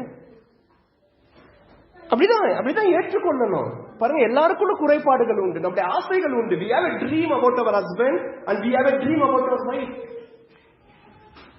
நம்முடைய கணவனை குறித்து நம்முடைய மனைவி குறித்து ஏராளமான கனவுகள், ஏராளமான வரைபடங்கள் நம்முடைய உள்ளத்துல உண்டு. ஆனா அநேக நேரத்துல என்ன தெரியுங்களா, நிஜ வாழ்க்கையில அப்படி என்ன பண்றது இல்ல, அநேக காரியங்கள்ல ஃபிட் ஆகுறது இல்ல. கணவனும் சில காலத்துல ஃபிட் ஆகுறது, மனைவியும் சில காலத்துல ஃபிட் ஆகுறது இல்ல. என்ன ஆண்டவரே, நான் அங்க போறேன், அந்த தெய்வங்களுக்கெல்லாம் இப்படியா இருக்கு ஆண்டவரே, அவங்க ரூபம் அப்படி இருக்கு ஆண்டவரே, அவங்க கை இப்படி இருக்கு ஆண்டவரே, நான் அதை பாக்குறேன் ஆண்டவரே, ஆண்டவர் நீர் எப்படி இருக்கிறீங்கன்னு எனக்கு தெரியலையே. தேவன் என்ன தெரியுமா சொல்ற, நான் ஆவியா இருக்கிறேன், நீ என்னை ஏற்றுக்கொள்ளுன்னு தான் ஆண்டவர் சொல்ற ஒரே வார்த்தை. உங்க திருமண வாழ்க்கையில் நம்ம என்ன தெரியுமா பண்ணணும், நம்முடைய கணவன் மனைவி, கணவனுக்குள்ள சில குறைபாடுகள் இருந்தா, சில குறைகள் இருந்தா அதை நம்ம என்ன பண்ணணும், ஏற்றுக்கொள்ளணும் உள்ளபடியே. அல்லது நம்முடைய மனைவி மாதங்களுக்குள்ள சில குறைபாடுகள் இருந்தால் அதை நம்ம என்ன பண்ணணும், ஏற்றுக்கொள்ளணும். சில காரியங்கள் நம்ம மாத்திக்க முடியும், சில காரியங்கள் நம்ம அட்ஜஸ்ட் பண்ண முடியும். சில காரியத்துல சரி நல்லா நீ பேசு, உனக்கு ட்ரைனிங் கொடுக்கணும் பண்ணலாம், சில காரியத்துல ஆகாது, அவனாலும் பரவாயில்ல. என்ன பண்ணணும், நம்ம ஏற்றுக்கொள்ளணும், ஏற்றுக்கொள்ளணும். புரியுதுங்களா உங்களுக்கு நான் என்ன சொல்ல வரேன்? சில காரியங்களை மாறுதல் தேவைதான், சில காலத்துல சேஞ்ச் ஆகணும். பரிசுத்தத்துக்கு அடுத்த காலத்துல சேஞ்ச் ஆகணும், ஆண்டவர் ரட்சிப்புக்கு அடுத்த காலத்துல சேஞ்ச் ஆகணும். அதெல்லாம் மாற்றம் தேவைதான், அதெல்லாம் நான் மாத்தாதீங்க நான் சொல்ல வரல. நான் என்ன சொல்ல வரேன்னா, நேச்சுரலான சில சுபாவங்கள், நான் அதோட அடிப்படையில சொல்றேன், ரட்சிப்பின் அடிப்படையில் நான் சொல்ல. தீய பழக்கங்கள் மற்ற காரியங்கள்லாம் நம்ம மாற்றணும், அவங்கள உடைக்கணும், நம்ம அவங்கள ரட்சிப்புல கொண்டு வரணும், அது ஓகே தான். நான் சொல்றது நம்முடைய கேரக்டர், சில சுபாவங்கள், சில திறமைகள், நம்ம எதிர்பார்க்கிற சில காரியங்கள் உண்டு இல்லைங்களா, சில கனவுகள் நமக்குன்னு இருக்குல்ல, ஆசா பாசங்கள் இருக்கு இல்லையா. சில கணவர்களுக்கு என்ன தெரியுங்களா, ஒரு 2 குழந்தை 3 குழந்தை இருக்கணும்னு ஆசை இல்ல. உண்மையில நேச்சுரலா இன்னைக்கு நடக்கிற காரியங்களை சொல்றேன். ஆனா அந்த மனைவியுடைய அந்த கர்ப்பப்பை வந்துட்டு சில ரொம்ப பலவீனமா இருக்கும். டாக்டர் என்ன சொல்லுவாங்க, ஒரு குழந்தை ஆயிட்ட பிறகு அடுத்த குழந்தைக்கு நீங்க என்ன பண்ணக்கூடாது, ட்ரை பண்ணக்கூடாதுன்னு வாங்க. அப்ப என்ன பண்ணணும் தெரியுங்களா, கணவன் உள்ளபடி என்ன பண்ணாத ஏற்றுக்கொள்ளணும். அங்கெல்லாம் பாரு, அங்கதான் பிரச்சனை, அங்கதான் பிரச்சனை. இந்த காரியத்தை தான் சொல்ல வரேன், அங்கதான் பிரச்சனை. சோ வாட், இல்ல பிள்ளையே இல்லைனாலும் என்ன இருக்கு, என்ன சொன்ன அண்ணாளுடைய கணவன் எல்கானா 10 நீ பெற்று எடுத்தாலும் அண்ணாள் 10க்கு நான் தாண்டி உனக்கு என்னது சமம், உனக்கு பிள்ளையே இருந்தாலும் பரவாயில்லன்னு சொல்லி ஏற்றுக்கொண்டான். பாத்தீங்களா, அதாங்க கணவன், அதான் கணவன். Accept your spouse as it is. கணவன் மணியை உள்ளபடியே ஏற்றுக்கொள்ளுங்க. அவ குறை நிறைந்தவன் பரவாயில்ல, நீ பிள்ளை பெற்றாலும் பரவாயில்ல, நான் தாண்டி உனக்கு 10 பிள்ளைகள் சமம்னு சொல்லணும். we need to pray. நீங்க ஜெபம் பண்ணுங்க, உங்க கணவனா இருக்காங்க, ஆண்டவர் அப்படியேப்பட்ட கணவரோட எங்க சுபாவத்தை மாத்துங்கன்னு சொல்லி உங்க மனைவிக்காக நீங்க ஜெபம் பண்ணுங்க. அல்லது முதல்ல உங்களுக்காக ஜெபம் பண்ணுங்க, ஆண்டவரை உள்ளபடியே என் கணவனைய உள்ளபடியே என் மனைவியை ஏற்றுக்கொள்கிற இருதயத்தை எனக்கு தாங்க. இதான் 2வது ஹோம்வொர்க்கை நான் போட்டுக்கிறேன். ஜெபம் பண்ணுங்க, ஜெபம் பண்ணுங்க, உள்ளபடியே ஏற்றுக்கொள்ளுங்க, உள்ளபடியே ஏற்றுக்கொள்ளுங்க. எல்லாரும் மாறிட முடியாது. என் கணவர் நல்லா பிரசங்கம் பண்ணணும்னு சில பேருக்கு ஆசையா இருக்கலாம், பண்ண முடியாம இருக்கலாம், பரவாயில்ல, இல்லைங்களா, இல்லைங்களா, பரவாயில்ல. அவங்க ஆண்டவருக்கு உண்மையா இருக்கிறாங்க, அதை பாருங்க. அவங்களுக்கு என்ன கிருபை இருக்கு, அதுல இருந்து அவங்க போதும். என் மனைவி முன்ன வந்து நல்லா அழகா வர்ஷிப் பண்ணணும், எல்லா மனைவி அப்படி ஆயிட முடியாது இல்லைங்களா. பாரு அவங்க வர்ஷிப் பண்றாங்க, நீ எதுவும் பண்றது இல்ல, இல்ல இல்ல அப்படியே இல்ல, அவங்களுக்கு வேற தாளந்த ஆண்டவர் கொடுத்திருப்பாரு, வேற கிருபையை கொடுத்திருப்பாரு, அதை நீங்க அக்செப்ட் பண்ணிக்கங்க போதும். கணவன் மனைவி உள்ளபடியே ஏற்றுக்கொள்கிற அந்த இறுதியை நமக்கு வேணும். அது இருந்துச்சுன்னு வச்சுங்களேன், குடும்ப உறவுல அந்த கணவன் மனைவி உடனே விரசல் வராது, விரசல் வராது. ஏன் அப்படின்னு கேட்டீங்கன்னா, we need to accept our spouse as it is. உள்ளபடியே நம்முடைய கணவன் மனைவியை நீங்க என்ன பண்ணணும், நீங்க ஏற்று கொள்ளணும். இது எத்தனாவது கட்டளை? இரண்டாவது கட்டளை. இரண்டாவது கட்டளை புரிஞ்சுச்சுங்களா? மூணாவது கட்டளைக்கு போலாமா? ஓகே. முதலாவது கட்டளை என்ன? என்னையன்றி வேறு தேவர்கள் இருக்கக்கூடாது. நம்முடைய குடும்பத்திற்கு முதல் கட்டளை என்ன? அதுக்கு என் கணவனே என் மனைவியே எனக்கு முதல். ஓகேவா? ரெண்டாவது கட்டளை என் கணவனையோ மனைவியோ நீங்க என்ன பண்ணுங்கள், உள்ளபடியே ஏற்றுக்கொள்ளுங்க. இது ரெண்டாவது கட்டளை. மூணாவது கட்டளைக்கு வரலாமா? தேர்டு கமாண்ட்மெண்ட்டுக்கு 20வது அதிகாரம் 7வது வசனம். உன் தேவனாகிய கர்த்தருடைய நாமத்தை வீணிலே வழங்காதிருப்பாயாக. கொஞ்சம் எல்லாரும் கவனிங்க.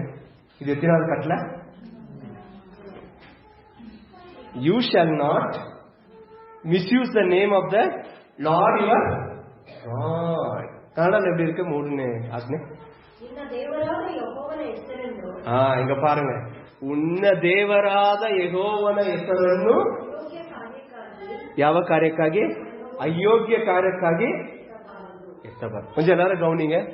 திருமண உடன்படிக்கையில இருக்கிற மூணாவது கட்டளை. ஆண்டவர் ஃபர்ஸ்ட் என்ன சொல்லிட்டாருன்னா, என்ன தவிர வேற யார கடவுள் இருக்கக்கூடாது. நம்பர் 1.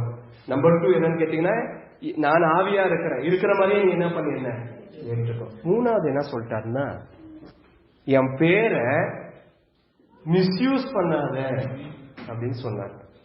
மிஸ்யூஸ் இங்கிலீஷ்ல இருக்கு, தமிழ்ல எப்படி இருக்குன்னா வீணிலே வழங்காத. வீணிலே வழங்காதுன்னா என்ன சொல்றீங்களா அர்த்தம்? சும்மா என் பேரை என்ன பண்ண அவமானப்படுத்தாதுன்னு அர்த்தம். அதுக்கு சொல்ல போனா என் பேரை நீ, ஏன்னா இந்த கல்யாணம் ஆனந்தே எதை வச்சுதான்? இந்த கல்யாணம் ஐ மீன் பேரை வச்சுதான் கல்யாணமே ஆச்சு. ஐயாம் இருக்கிறவராகவே நான் அந்த பேரை வச்சுதான் கல்யாணமே ஆச்சு.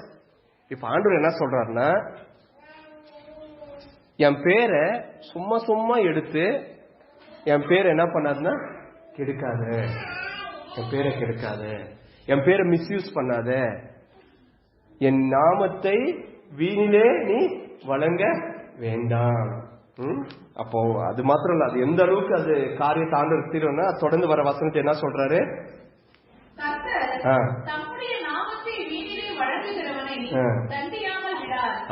தண்டியாமல். பாத்தீங்கன்னா ஆண்டவருடைய கோபம் உங்களுக்கு தெரியுதா? அப்ப ஆண்டவர் எதிர் மேல ரொம்ப கருத்தனையா இருக்கிறார் தெரியுங்களா? அவருடைய பேர் மேல.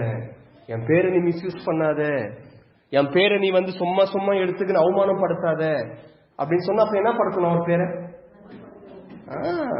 கனம் பண்ணணும். என்ன பண்ணணும்? கனப்படுத்தணும். அவருடைய பேரை வந்து நம்ம என்ன பண்ணணும்? கனம் பண்ணணும். ஆண்டுடைய நாமத்தை வீணிலே வழங்கக்கூடாது. அப்படின்னு என்ன தெரியுங்களா? அவருக்கு பேருக்கு அவருக்கு கெட்ட பேர் வராதபடிக்கு நீ என்ன பண்ணிக்காத, நடந்துக்காத. உன் பேச்சு, உன் நடக்க, நீ மற்றவங்களுக்கு நடக்கும் போது இந்த போறா பாரு, இவங்க இஸ்ரவேல் மக்கள் போறாங்கல்ல, எங்க போயின்னுறாங்க? வனாந்தரத்துல. அத போறா பாரு, இருக்கிறவனுடைய பொண்டாட்டி இப்படிதான் கூப்பிடுவாங்க. எப்படி கூப்பிடுவாங்க நீங்க புரிஞ்சுச்சா? அதோ போறா பாரு. யாரு? இஸ்ரவேல் மக்கள் போகும்போது அந்நிய ஜனங்கள் எப்படி தெரியுமா அவங்கள பாக்காங்க? யெகோவா தேவன் அல்லது இருக்கிறவாகவே இருக்கிறேன்னு சொல்றனுடைய பொண்டாட்டி. அப்ப யார் பேர் வருதாங்க? தேவனாய கர்த்தருடைய பேர் வருது. கரெக்டா? நீ இன்னாருடைய மனைவி, நீ இன்னாருடைய புருஷன் அப்படின்னு சொல்லிட்டு ஒரு கணவனுடைய பேர்ல பொண்டாட்டி, ஒரு கணவனுடைய பேர்ல மனைவியுடைய நேம் அட்டாச் ஆயிருக்கும், ஒரு மனைவியுடைய நேம்ல கணவன். இப்ப ஒரு மனைவியுடைய ஏதோ காரியம் பண்ணிட்டான்னு வச்சுங்களேன், என்ன பிரதர் உங்க வைஃப் இப்படி பண்ணிட்டாங்களே அப்படின்னும் போது மனைவி பண்ற காரியம் மனைவி மாத்திரம் அல்ல, யார பாதிக்குது? அது கணவனுடைய பேரை பாதிக்குது இல்லைங்களா? ஒரு கணவன் ஏதோ தப்பு பண்ணிட்டாரு வச்சுங்களேன், என்ன சிஸ்டர் உங்க ஹஸ்பண்ட் இப்படி பண்ணிட்டாரு அப்படின்னா, அப்போ ஒரு ஹஸ்பண்ட் பண்ற காரியம் யாரையும் பாதிக்குது? அது கரெக்ட் இல்லைங்களா? அப்ப இஸ்ரவேல் மக்கள் ஏதோ ஒரு காரியத்தை பண்ணாலும் அது யார பாதிக்கும்? யெகோவா அந்த இருக்கிறவராகவே இருக்கிற. அதனால ஆண்டவர் என்ன சொன்னாரு? அம்மா ஆத்தாடி, நீ எகிப்துல இருக்கும்போது உனக்கு நான் கல்யாணம் கட்டிக்கினேன், கொஞ்சம் ஒழுங்கா என்ன பண்ண வாழு, முறுமுறுக்காத, வாயாடாத. ஏன்னா வாயாடுற கேஸ் யாரு? இந்த மனைவி வாயாடுறக்கு சும்மா வாய் வச்சு சும்மாவே இருக்காது. வெத்தலை பாக்கு போட்டு பேர் முறுமுறுத்துனே இருக்கும். எங்க வனாந்தரத்துல எல்லாம் எதுக்கு எடுத்தாலும் என்னது முறுமுறுத்துனே இருக்கும். ஆமா நீ முறுமுறுத்துனே இருந்தா உன் பேர் மாத்திரம் இல்ல, கணவனா இருக்கிற என் பேர் கூட என்ன ஆயிடுது, கெட்டு போகுது. அதனால என்னுடைய நாமத்தை வீணிலே நீ, இதுதான் அதோடைய அர்த்தம். நீ ஒரு பேச்சு பேசினாலும் ஒன்னு மனசுல வச்சுக்கோ, நீ பேசுற பேச்சு உண்மை இல்ல, உன் கணவனா இருக்கிற இன்னியால் என்ன பண்ணணும், பாதிக்கும். நீ ஒரு தப்பா நடந்துக்கன்னு பச்சீங்களா, மோவாப்ஸ்லயே போய் கொஞ்சம் எட்டி பாத்துன்னு வச்சுக்கீங்க, உன் பேர் மாத்திரம் இல்ல, கூட உன் எகிப்திலிருந்து வெளியே கொண்டு வந்து கல்யாணம் பண்ணிக்கணும் பத்தியா, என் பேரும் என்ன பண்ணப்படும், பாதிக்கப்படும். அவங்க பண்ண விக்கிரகத்துக்குலாம் நீ போய் சாப்பிட்டு வந்துட்டேன்னு வச்சுக்கீங்க, உன் பேர் மாத்திரம் இல்ல, உன் எகிப்திலிருந்து கல்யாணம் பண்ணி வந்தனே என் பேர் கூட என்ன பண்ணப்படும், பாதிக்கப்படும். உன் நட, உன் பேச்சு, உன் உடை. ஆண்டவர் இஸ்ரவேல் மக்களுக்கு எப்படி ட்ரெஸ் பண்றது கூட என்ன பண்ணாரு, ஏன் தெரியுமா சொல்லி கொடுத்தாரு, நீ போடுற ட்ரெஸ் இருக்கு பத்தியா, நீ போடுற ட்ரெஸ்ல கூட வெறும் அது உன் மரியாதைக்கு மாத்திரம் இல்ல, நீ போடுற ட்ரெஸ் என் மரியாதைக்கு என்ன பண்ண சேர்த்து காப்பாற்றி என் பெஞ்சாதியன்னு சொல்லிட்டு எப்படி ட்ரெஸ் போடணுன்றது கூட ஆண்டவர் தன்னுடைய மக்களுக்கு எழுதி கொடுத்தாருங்க. என்ன சாப்பிடணுன்றது கூட என்ன பண்ணாரு, ஏன்னா நீ சாப்பிட்டேன்னு வச்சுக்கேன், நீ சாப்பிடுற சாப்பாட்டுல கூட அவன் யார தெரியுமா பார்ப்பான், என்ன தாண்டி பார்ப்பான். அதனால இதெல்லாம் நீ சாப்பிடு, இதை நீ என்ன பண்ணாத சாப்பிடாத, அது நீ சாப்பிட்டனா உடம்புக்கும் கேடு மாத்திரம் இல்ல, ஏன் நாம என்ன பண்ணி போடும், கெட்டு போயிடும். புரியுதுங்களாங்க? 10 கட்டளை என்பது எவ்வளவு ஆழமா இருக்குன்னு உங்களுக்கு தெரியுதா? உங்களுக்கு சாப்பிடுற சாப்பாடுல கூட ஆண்டோடைய நாமம் மகிமைப்படணும்னு ஆண்டோட எதிர்பார்த்தாரு. போடுற ட்ரெஸ்ல கூட ஆண்டோடைய நாமம் எப்படி கனப்படுத்தணும் என்பதை தேவன் மனசுல வச்சுதான் அவங்க ட்ரெஸ்ஸிங் கோடிங்க கொடுத்தாரு. எப்படி நடந்துக்கணும், பக்கத்து வீட்டுக்காரர்கிட்ட எப்படி நடந்துக்கணும், ஒரு தப்பு நடந்துச்சுன்னா என்ன பண்ணணும் லிஸ்டே போட்டு கொடுத்தாரு. ஏன் தெரியுமா, நீ ஒரு வார்த்தை தப்பா பேசிட்டேனா, நீ சண்டை போட்டனா, நீ வாயாடிட்ட அப்படின்னா, யாராச்சும் நீ கோவமா எதிர்த்து பேசிட்டேன்னு சொல்லிட்டேன்னா உன் பேர் இல்ல மாத்திரம் இல்லடி, உன் பேர் மாத்திரம் இல்ல, கூட இருக்கிறவராகவே இருக்கிறேன்னு சொல்ற என் பேர் கூட என்ன பண்ண போடும், கெட்டு குட்டிச்சோரா போயிடும். என் நாமத்தை வீணிலே வழங்க வேண்டாம். Don't misuse my name. இதுதான் 3வது கட்டளை. அருமையானவர்களே, இந்த கட்டளை நம்முடைய வாழ்க்கைக்கு எப்படி போறணும்னு சொல்லிட்டுங்களா நான் உங்களுக்கு. குடும்ப வாழ்க்கையில இந்த 3வது கட்டளை என்ன தெரியுமா, honour your spouse in private and in public. இதுதான் என்னுடைய 3வது கட்டளை. Honour your spouse in private and in public. எல்லா இடங்களிலும் உங்கள் கணவன் மனைவியை மதியுங்கள். எல்லா இடங்களிலும் உங்கள் கணவன் மனைவியை நீங்க என்ன பண்ணுங்க, மதியுங்கள். மதியுங்கள்னா மதிப்பு கொடுங்க. ನಿಮ್ಮ ಸಂಗಾತಿಯನ್ನು ಎಲ್ಲಾ ಸ್ಥಳದಲ್ಲಿಯೂ ಗೌರವಿಸಿ. ನಿಮ್ಮ ಸಂಗಾತಿಯನ್ನು ಎಲ್ಲಾ ಸ್ಥಳದಲ್ಲಿಯೂ ಗೌರವಿಸಿ. இப்போ புரிஞ்சுதா உங்களுக்கு என்ன பண்ணணும், உங்களுக்கு புரியுது இல்லைங்களா? நம்ம வாழ்ற கலாச்சாரம் எப்படியேப்பட்ட கலாச்சாரம் தெரியுங்களா, ஆண் ஆதிக்கம் கொண்ட கலாச்சாரம். யூஸ்வலி தென்னிந்திய கலாச்சாரம் இப்படிதான். தென்னிந்தியாவும் இல்ல, வட இந்தியா, இந்திய நாட்டின் கலாச்சாரமே இப்படிதான். எது எது ஆதிக்கம், ஆண் ஆதிக்கம் கொண்ட கலாச்சாரம் நம்மளுது. இது நம்ம ஏத்துக்கணும் தான் ஆகும். இதுதான் உண்மை.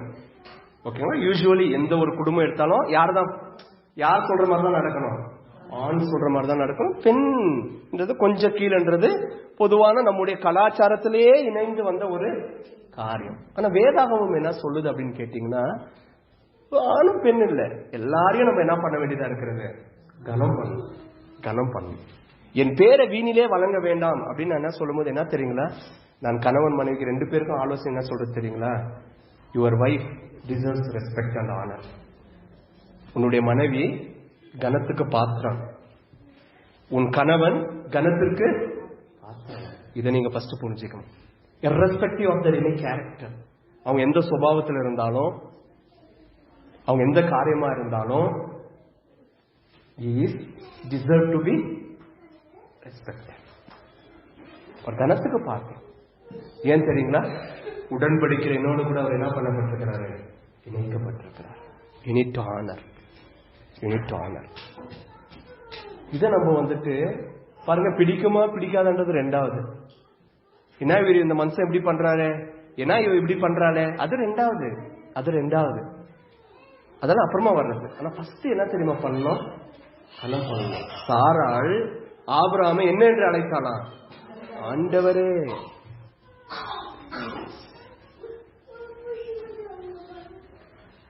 நாடா அந்த கிழவனுக்கு வேற வயசு இல்ல, வயசான காலத்துல வீட்டுல இருக்கிற எல்லாத்தையும் மூட்டெல்லாம் கட்டின்னு வா போலாம் அப்படின்னு சொல்றாரு. இவனுக்கு என்ன லூசு கிஸ் ஆயிடுச்சா அப்படின்னு என்ன பண்ணல சாரா.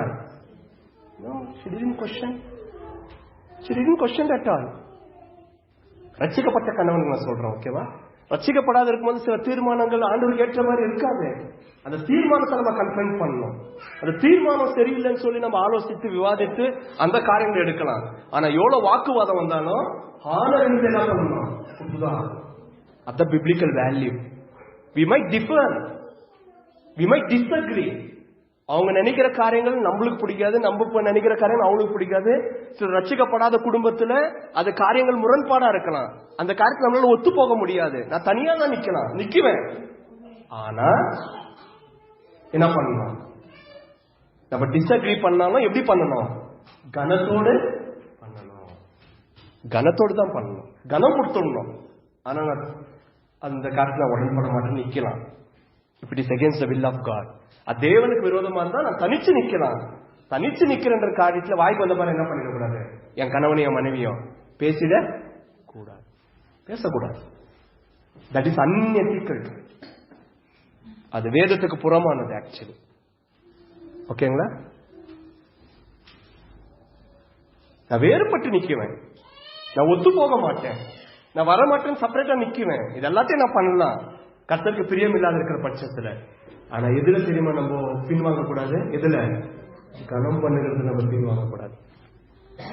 Honour your husband, honour your wife in private and in public. நான் ரொம்ப பேர் என்ன தெரியுமா பாத்துக்கிறேன், ரொம்ப கஷ்டமா இருக்கும் எனக்கு சொல்லதெல்லாம்.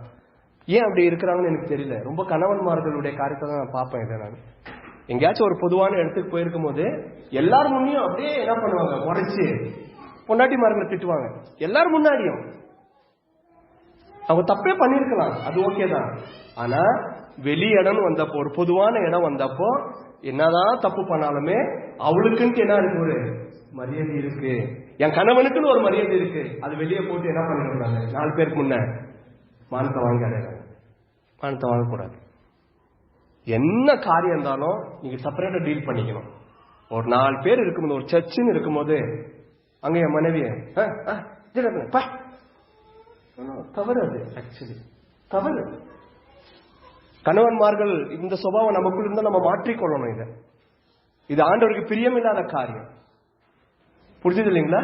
ஏன் தெரியுமா? என்னுடைய மனைவி, அவள் கனத்துக்கு பாக்குறார். I need to respect her, I need to honour her. அவளுக்கு நான் மரியாதை கொடுக்கணும். எங்க தெரியுமா? பொது இடத்துல இருந்தாலும் சரிதான். 4 பேர் இருக்கிற இடத்துல சரி. வீட்டுல இருப்பாங்க, நம்ம எல்லாம் இருப்போம், பசங்க இருப்பாங்க. பசங்க முன்னாடியே நான் பாத்துக்கிற சில கணவன்மார்கள் பொண்டாட்டி அப்படியே வாய்ப்பு அந்த மாதிரி என்ன பண்ணுவாங்க, பேசுவாங்க. பாக்குற பசங்க எப்படி வளருவாங்க. அந்த பையன், அந்த உங்க வீட்டுல இருக்க உங்க பையனுக்கும் உங்க பொண்ணுக்கும் மனைவி குறித்து என்ன ஒரு எண்ணம் வரும் யோசனை பண்ணி பாத்துக்கிறீங்களா? யோசனை பண்ணி பாத்துக்கிறீங்களா? அப்படி பாத்துருக்கிறோமா நம்ம? நாளைக்கு என் பையன், என் பொண்ணு, என் மனைவி எப்படி பாப்பான்றது தெரியுமா உங்களுக்கு? இந்த காரியங்கள் எல்லாம் நம்ம சரி செய்து கொள்ளணும். This is not at all scriptural. இது ஸ்கிரிப்சரே கிடையாது. சரி, ரட்சிக்கப்படாத கணவனுக்கு நம்ம ஒண்ணும் பண்ண முடியாது இல்லைங்களா? அவருக்கு என்ன சொன்னாலும் அது அவங்க மண்டிக்கு என்ன பண்ணாது, ஏறாது. அதுக்காக நம்ம ஜெபிச்சுதான் ஆகணும். நான் சொல்றேன், ரட்சிக்கப்பட்ட கணவனுக்கு நான் சொல்றேன், ரட்சிக்கப்பட்ட மனைவிக்கு நான் சொல்றேன். ஈவன் மனைவிமார்கள் தான் அவ்வளவுதான். 4 பேருக்கு முன்னாடி எங்க வீட்டுக்காருக்கு அதெல்லாம் தெரியாது விடு அப்படின்னு யாருக்கிட்ட அடிப்பாங்க? 4 பேர் முன்னாடி சராசரியா பேசுவாங்க. எங்க வீட்டுக்காரருக்கு ஒன்னும் தெரியாது, எல்லாமே நான் தான் பண்ணணும். அது உண்மையா இருக்கலாம். ஆனா 4 பேர் முன்ன உங்க வீட்டுக்காரருடைய மானத்தை வாங்காதீங்க. அவரை கனம் பண்ணுங்க. அவர் ஒன்னும் தெரியாம கூட இருக்கலாம். ஒன்னும் தெரியாம இருக்கலாம் இல்லைன்றது யாருக்கு தான் தெரியணும்? யாருக்கு தான் தெரியணும்? மனைவிக்கு தான் தெரியணும். 4 பேருக்கு தெரியக்கூடாது. 4 பேருக்கு தெரியக்கூடாது. ஆக்சுவலி அது புரியுதுங்களா? கணவன் எப்படி கனம் பண்ணணும்னு சொல்லிட்டு ரெஸ்பெக்ட், ரெஸ்பெக்ட், ரெஸ்பெக்ட் பண்ணுங்க. கணவனை கனம் பண்ணுங்க. கனம் பண்ணல முந்திக்குங்க. என்னோட நாமத்தை வீணில் வழங்க வேண்டாம் என்று சொன்ன ஆண்டவர் சொன்ன காரியம் தெரியுமா? அது வந்துச்சுன்னா திருமண உடன்படிக்கை டேஞ்சர், திருமண வாழ்க்கைக்கு அது danger. Honour your husband and wife. உங்களுடைய கணவன், அது பிரைவேட்டா இருந்தாலும் சரி, பப்ளிக்கா இருந்தாலும் சரி, எல்லா இடத்துலயும் நீங்க என்ன பண்ணணும், கனம் பண்ணணும். ஃபர்ஸ்ட் கனம் பண்ணணும். எல்லாரும் முன்னையும் போட்டு திட்டக்கூடாது, எல்லாரும் முன்னையும் உரைக்க கூடாது, எல்லாரும் முன்னையும் அவமானப்படுத்தக்கூடாது. ஏன்னா கணவனா இருந்தாலும் ஒருவேளை அவங்க நீங்க நினைச்ச மாதிரி சம்பாதிக்காம இருக்கலாம், ஒரு நீங்க நினைச்ச மாதிரி ஒண்ணும் இல்லாம இருக்கலாம், சும்மா வேஸ்ட்டுங்க அவரு அப்படின்னு கூட நீங்க நினைக்கலாம். இதுலயே போட்டுமே, அப்படியே இருக்கட்டுமே. ஆனா என்ன பண்ணணும் தெரியுமா? கனம் பண்ணணும். ஜனங்க முன்னாடி கனம் பண்ணணும். பிள்ளைகள் முன்னாடி உங்களை கணவர் என்ன பண்ணுங்க? கனம் பண்ணுங்க. என்னமா அப்பா எப்படி இருக்குன்னா பலார்னு உங்க பல பிள்ளைங்க என்ன பண்ணுவீங்க? அதையும் சொல்றது புரியலையா உங்களுக்கு? உங்க பசங்க என்னம்மா அந்த அப்பா அப்படிக்குதுன்னா நீங்க என்ன பண்ணணும்? ஃபர்ஸ்ட் ஓங்கி உன் தவட மேல உன் வாயை மூடுறான்னு சொல்லணும். என்ன அப்பா பத்தி எப்படி பேசுற? வாயை மூடுன்னு சொல்லிட்டு உன் பலார்னு ஒன்று கொடுக்கணும். அந்த மார்க் இருக்கணும் கடைசி வரைக்கும். அவங்க அப்படின்னு ஏங்க டெக்னுவாங்க எப்படி அடிக்குதுன்னு சொல்லித்தரேன் உங்களுக்கு. ஏன் தெரியுமா? ரொம்ப முக்கியம் அது. நம்ம பசங்க முன்னாடி பசங்க அடிக்கிற கமெண்ட் இருக்கு பாத்தியா? பாத்தியாடி உங்க அப்பா இப்படிதான், பாத்தியாடா உங்க அப்பா இப்படிதான், நீ வந்துட்டு என்ன ஆயிடாது உங்க அப்பனை போல ஆயிடாதுன்னு சொல்ற அந்த ஆலோசனை இருக்கு பாத்தீங்களா? அது வந்துட்டு ரொம்ப டேஞ்சர். உங்களோட பிள்ளைகளுடைய இடத்துல விஷத்தை விதைக்கிறீங்கன்னு அர்த்தம். அது வேதத்திற்கு புறமானது. என்கரேஜ் பண்ணாதீங்க. நாளைக்கு அதே மாதிரிதான் அவனையும், நாளைக்கு அவன் அப்பா ஆவான் இல்லையா, அதே தான் அவனுக்கும் நடக்கும். நாளைக்கு இல்ல உங்க பொண்ணு பெஞ்சாலி ஆவா இல்லையா, அதே தான் நடக்கும். அந்த மாதிரிலாம் கடத்தாதீங்க. எங்க அப்பா உங்க டேடிக்கும் எனக்கும் உங்க மம்மிக்கும் எனக்கும் 1000 காரியம் இருக்கும். நாங்க இன்னைக்கு சண்டை போட்டுக்கோ, நாளைக்கு என்ன ஆகும்? ஒன்னாகும். நீ வாய முடிக்கின்னு படிக்கிற வேலையை நீ என்ன பண்ண பாரு. இதுதான் கணவன் மனைவி 2 பேரும் நீங்க உங்க பிள்ளைங்களுக்கு சொல்லித்தாங்க. புரிஞ்சிச்சுங்களாங்க? இப்படி வாழ பழகுங்க. நாளைக்கு அவன் குடும்பம் அவனுக்கு என்னன்னு தெரியும். Honour your husband and wife in private and in public. எல்லா இடங்களிலும் பிள்ளைகளுக்கு முன்னாலும் சரி, சொந்த பந்தங்கள் முன்னாலும் சரி, சபையிலானாலும் சரி, கனம் பண்ணுங்க. ஆண் கலாச்சாரம் அல்ல பைபிள் கலாச்சாரம், பெண் கலாச்சாரமும் அல்ல. அவரவருக்கு கொடுக்க வேண்டிய கனத்தை அவங்களுக்கு என்ன பண்ணணும்? தரணும். அதுதான் பைபிள் கலாச்சாரம். புரிஞ்சுதுங்களா? 3வது கட்டளை இதுதான். இந்த 3வது கட்டளைக்கு ஒரு ஹோம்வொர்க் கொடுத்துக்கிறேன். என்ன ஹோம்வொர்க் கொடுத்துக்கிறேன் தெரியுங்களா? உங்கள் கணவன் அல்லது உங்கள் மனைவி எல்லாரும் முன்னாடி ஏதோ ஒரு தப்பு பண்ணிட்டாங்க, பெரிய தப்பு பண்ணிட்டாங்க, எல்லாரும் முன்னாடி பண்ணிட்டாங்க. அவங்களை கனம் பண்ணணும். அதே டைம்ல தப்பியும் என்ன பண்ணணும்? நீங்க என்ன பண்ணுவீங்கன்றதான் எழுதி கொஸ்டின். ஓகேங்களா? எல்லாரும் முன்ன அவங்களை என்ன பண்ணணும்? கனம் பண்ணணும். ஆனா அதை தப்பியும் என்ன பண்ணணும்? சரி பண்ணணும். என்ன பண்ண போறீங்க அப்படின்னா கேள்வி எழுதி போட்டிருக்கேன். ஓகேங்களா? ஏன் நான் இதெல்லாம் படிக்கணும்னு ஆசைப்படுறதுக்கு ஐ நீட் டு அண்டர்ஸ்டாண்ட் எங்க லேக் இருக்கு. இதுதான் 3வது காரியம். ஓகேங்களா? சரி, ஃபர்ஸ்ட் கட்டளை என்னது? ஃபர்ஸ்ட் கட்டளை ஃபர்ஸ்டே வர மாட்டேங்குது, கஷ்டமா இருக்கும். ஃபர்ஸ்ட் யாரு? கணவன் மனைவி. அதுதான் ஃபர்ஸ்ட் கட்டளை. ஃபர்ஸ்ட் 2வது கட்டளை உள்ளபடியே என்ன பண்ணுங்க? மாய வேண்டாம், மாயான இமேஜ் வேண்டாம். 3வது கட்டளை கனம் பண்ணுங்கள். கணவன் மனைவி என்ன பண்ணுங்க? கனம் பண்ணுங்க. புரியுதா உங்களுக்கு? நான் இந்த மாதிரி கட்டளை பார்க்கும்போது உங்க லைஃப் நீங்க கொஞ்சம் போட்டு பாக்குறீங்களா? ஓ எங்கெல்லாம் மிஸ் ஆயின்னு இருக்கு, என் குடும்ப வாழ்க்கை, என் ஃபேமிலி வாழ்க்கை எங்கெல்லாம் மிஸ் ஆயினுக்குதுன்னு உங்களுக்கு தெரியுதா? வாலிப பிள்ளைங்கள் நீங்க கனவு கண்ணுக்கிறீங்களோ, ஓ நெக்ஸ்ட் நம்ம எல்லாம் பண்ணக்கூடாதுப்பா, ஃபர்ஸ்ட் கொடுத்துடணும், ஆனர் பண்ணணும் அப்படின்னு சொல்லிட்டு. ஓகே, 4வது கட்டளை 20வது அதிகாரம் 8வது வசனம் வாசிங்க. போதும். 4வது கட்டளை என்னது? ஓய்வு நாளை பரிசுத்தமாய். ரொம்ப சிம்பிள். இது ரொம்ப சிம்பிள். ஃபர்ஸ்ட் ஆண்டவர் என்ன சொன்னார்னா, என்னை விட்டு வேற கடவுள் உனக்கு இருக்கக்கூடாது. 2வது என்ன சொன்னா, ரொம்ப உருவத்தை போட்டு விக்கிரகத்தை போட்டு என்ன வந்து தேவையில்லாம கனவை காணாது.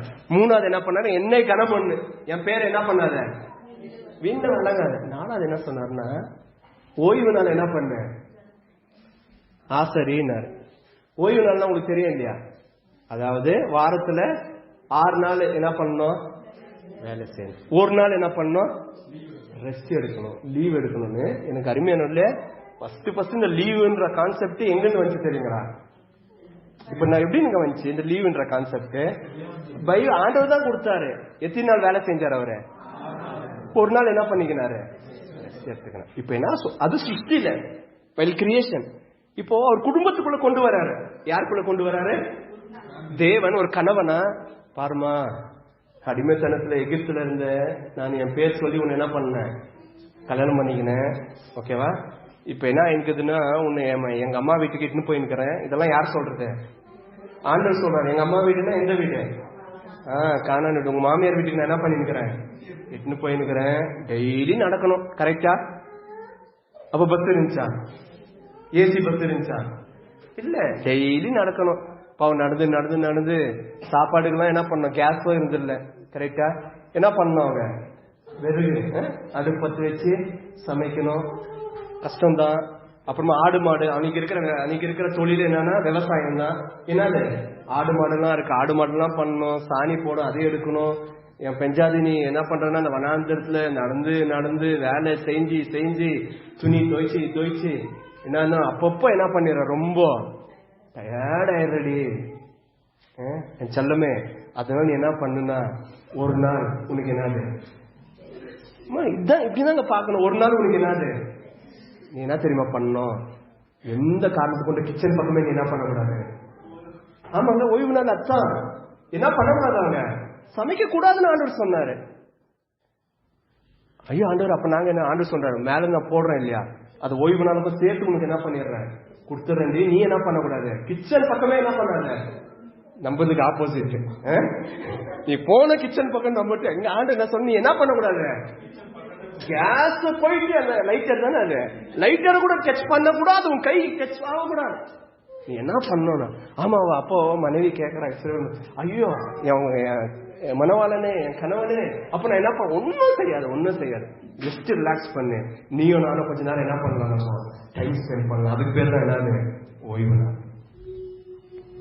புரியுதுங்களாங்க? ஆண்டவர் ஓய்வு நாள் ஏன் கொடுத்தாருன்னு. என் மனைவி நீ ஓடா உழைக்கிற, இந்த வனாந்தத்தை நடந்து நடந்து உன் காலெல்லாம் புண்ணா இருக்கு இல்லைங்களா, நீ கொஞ்சம் ரெஸ்ட் எடுக்கணும். விறகு வெட்டி வெட்டி உன் கையெல்லாம் காப்பு காசு இருக்கு, நீ என்ன பண்ணணும், கொஞ்ச நாள் ஒரு நாள் ரெஸ்ட் எடுக்கணும். நீ ரெஸ்ட் எடுக்கணும். அந்த ரெஸ்ட்ல உன்னுடைய மனவாளன் நான் என்ன நீ நினைவுக்கு கொஞ்ச நாள் வெறியும் நம்ம அப்படியே வனாந்தரத்துல நானும் கூட வரேன், நானும் பகல்ல மேக ஸ்தம்பமா வரேன், நானும் இரவு அக்னி ஸ்தம்பமா வரேன், நானும் கூட நடக்கிறேன். ஆனா அந்த ஓய்வு நாள்ல மேக ஸ்தம்பத்துக்கும் என்னது, ஓய்வு நாள்ல மேக ஸ்தம்பத்துக்கும் என்ன, மேக ஸ்தம்பத்துக்கும் அக்னி ஸ்தம்பத்துக்கும் ரெஸ்ட் தான். அப்ப அவரு என்ன பண்ணுவாரு, இல்ல அவரு எங்க மனைவி, கணவன் மனைவி. புரியுதுங்களா? ஓய்வு நாள்ல எப்படி நடக்குதுன்ட்டு கான்செப்ட். கொஞ்ச நேரம் நீ என்ன பண்ணி, நம்ம நேரத்தை நம்ம என்ன பண்ணலாம், செலவிடலாம். நீ சொல்லி என்னன்னா கஷ்டம், கொஞ்சம் என்ன பண்ண, கொஞ்சம் ரீஃப்ரெஷ் ஆகு, மேக் யுவர் கொஞ்சம் உற்சாகம் அடிச்சுக்கோ, கொஞ்சம் சரீரத்துல பலனை வச்சுக்கோ. அப்புறம் மறுநாள் நம்ம என்ன பண்ணலாம், ஜெர்னி பண்ணலாம் அப்படின்னு சொல்லிட்டு ஆண்டவர் என்ன பண்ணாரா, ஒரு ஓய்வு நாள். இதுதான் 4வது கட்டளை. இது எப்படி நம்ம குடும்பத்துக்கு பொருந்தும்னு நினைக்கிறீங்க? நான் தான் 10க்கு நைட் டியூட்டி வேற பண்றேனே, நான் ஓட்டி பண்றேனே, நான் சண்டே கூட என்ன பண்றது இல்ல, சர்ச்சை கூட வராம என்ன பண்றது, ஓடி ஓடி ஓடி ஓடி ஓடி ஓடி உழைப்பனே அப்படின்னு நம்ம சொல்லும் போது ஆண்டவர் கொடுக்கிற 4வது கட்டளை குடும்பத்துக்கு என்ன தெரியுமா, set regular time with your spouse. Set regular time with your spouse. உங்கள் கணவன் மனைவியுடன் செலவிட நேரத்தை அமைத்துக் கொள்ளுங்கள். உங்கள் கணவன் உங்கள் மனைவியுடன் செலவிட நேರத்தை அமைத்துக் ಕೊಳ್ಳುங்கள். ನಿಮ್ಮ ಸಂಗಾತಿಯೊಂದಿಗೆ ಕಳೆಯಲು ನಿಯಮಿತ ಸಮಯವನ್ನು ಏರ್ಪಡಿಸಿರಿ. ನಿಮ್ಮ ಸಂಗಾತಿಯೊಂದಿಗೆ ಕಳೆಯಲು ನಿಯಮಿತ ಸಮಯವನ್ನು ஏற்படுத்திரி. புரியுதுங்களாங்க நான் என்ன சொல்ல வரேன்றது உங்களுக்கு? ஏற்கனவே ரொம்ப நம்ம பைபிள் ஸ்டடியில கூட ரொம்ப பார்த்துட்டோம் நம்ம போன வருஷங்கள் எல்லாம். என்ன அப்படின்னு கேட்டீங்கன்னா, என்னதான் உங்களுக்கு ஓயாம வேலை இருந்தாலும் என்ன தெரியுங்களா சொல்றேன் உங்களுக்கு, அட்லீஸ்ட் வாரத்துல நீங்க ஒரு பிளான் பண்ணணும். ஏன்னா இப்ப எப்படி ஆயிடுச்சுன்னா, கலாச்சாரம் கணவனும் வேலைக்கு போனோம், மனைவி என்ன பண்ணணும், அப்படி ஒரு சூழ்நிலை வந்துச்சு. ஒன்றும் பண்ண முடியாது.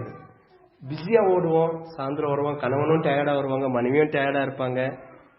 என்ன ஆயிடுச்சுன்னா ஒருத்தருக்கு பேசி காரியங்களை பகிர்ந்து கொள்வதும் இப்ப என்ன இல்லை, நேரம் இல்லை. ஓகேங்களா? பாலா போன ஒரு வில்லன் வேற நம்முடைய குடும்பத்துல அப்பப்பே நம்முடைய ஜோபிலே உலாவின்னு வருது. எது அது நம்ம மனைவி கூட மொபைல் கூட டைம் ஸ்பெண்ட் பண்றதுக்கு நமக்கு நேரம் பத்த மாட்டேங்குது. அது ஒரு பெரிய பிரச்சனை இப்போ.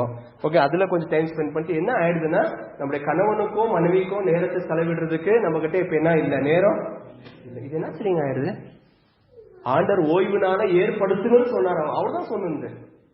ஏன் தெரியுமா? அந்த கம்யூனிகேஷன் கேப் என்ன பண்ணிடக்கூடாது, கணவன் மனைவிக்கு வந்துடக்கூடாது. நான் சில குடும்பத்தை பார்த்திருக்கிறேன். எப்போ ஒரு மனைவிக்கு ஒரு குழந்தை ஆகுதோ அப்ப அந்த மனைவி என்ன பண்ணுவான்னா அதிக நேரம் அவட கவனிப்புலாம் எதுக்கு மேல போவோம், குழந்தைக்கு மேல போவோம். அன்பார்ச்சுனேட்லி இந்த ஒரு காரியம் அநேக குடும்பத்துல என்ன ஆகுதுன்னா கணவன் மனைவிக்கே ஒரு என்ன ஆகுது, விரிசல் உண்டாது. நீங்க அப்சர்வ் பண்ணிருக்கீங்களா இது? அதுதான் கவுன்சிலிங் கிளாஸ் சொல்லி தருவாங்க. ஒன்ஸ் அப்பா, அதாவது கணவன் மனைவி அப்பாவை அம்மாவை ஆயிட்ட பிறகு அவங்களுக்கு கவுன்சிலிங் கொடுக்கணும்னு சொல்லுவாங்க. என்னன்னு கவுன்சிலிங் கொடுக்கணும் தெரியுமா? அப்பாவை அம்மாவை ஆயிட்ட பிறகு அவங்க வாழ்க்கையோட லைஃப் ஸ்டைலே சேஞ்ச் ஆயிடும். முன்ன போல கணவன் மனைவி அவங்களால இருக்க முடியாது. அநேக காரியங்களை அவங்க அடாப்ட் பண்ணிக்க வேண்டியது. அது எப்படி இருக்கணும் என்பதுக்கே ஒரு செப்பரேட் கிளாஸ் இருக்கு. ஏன் அப்படின்னு கேட்டீங்கன்னா நினைச்ச மாதிரி மனைவி அவ்வளவு இடத்துல பேசுறதுக்கு என்ன பண்ண முடியாது, ஆவாது. எல்லா நேரத்தையும் எங்கதான் செலவிடணும், பிள்ளை கடைதான் செலவிடணும். அப்ப கணவன் என்ன நினைக்கிறது வாய்ப்பு இருக்குன்னா கொஞ்சம் உதாசீனம் பண்ணப்படுறதுக்கோ இல்ல அந்த கேப் என்ன ஆயிடும், கொஞ்சம் தூரம் போகும். அதனால என்ன சொல்ல வரேன்னா எல்லா குடும்பத்திலையும் மாசம் ஆனா நீங்க மளிகை சாமான் வாங்குறீங்களா இல்லையா? இல்ல வாரத்துக்கு வாங்குறீங்களா? மாசத்துக்கு ஏதோ வாங்குறோம் இல்லைங்களா? அப்ப மாசத்துக்குன்னு ஒரு பட்ஜெட் இருக்கா? இருக்கு. அதே போல நான் என்ன தெரியுமா சொல்றேன், இந்த ஓய்வு நாள் உங்களுடைய குடும்பம், உங்க திருமண வாழ்க்கையில நீங்க ஓய்வு நாளும் ஒண்ணு வச்சிருக்கீங்களா? நான் ஓய்வு நாள் கேட்கும்போது சண்டே மண்டே சொல்ல. நான் ஓய்வு நாள் என்னன்னு கேட்டா நானும் என் கணவரும் கொஞ்ச நேரம் என்ன பண்றோம், டைம் ஸ்பெண்ட் பண்றோம். அதுதான் ஓய்வு நாள். அது மண்டேவா இருக்கலாம், டியூஸ்டேவா இருக்கலாம். எப்படி ஸ்பெண்ட் பண்ணலாம்?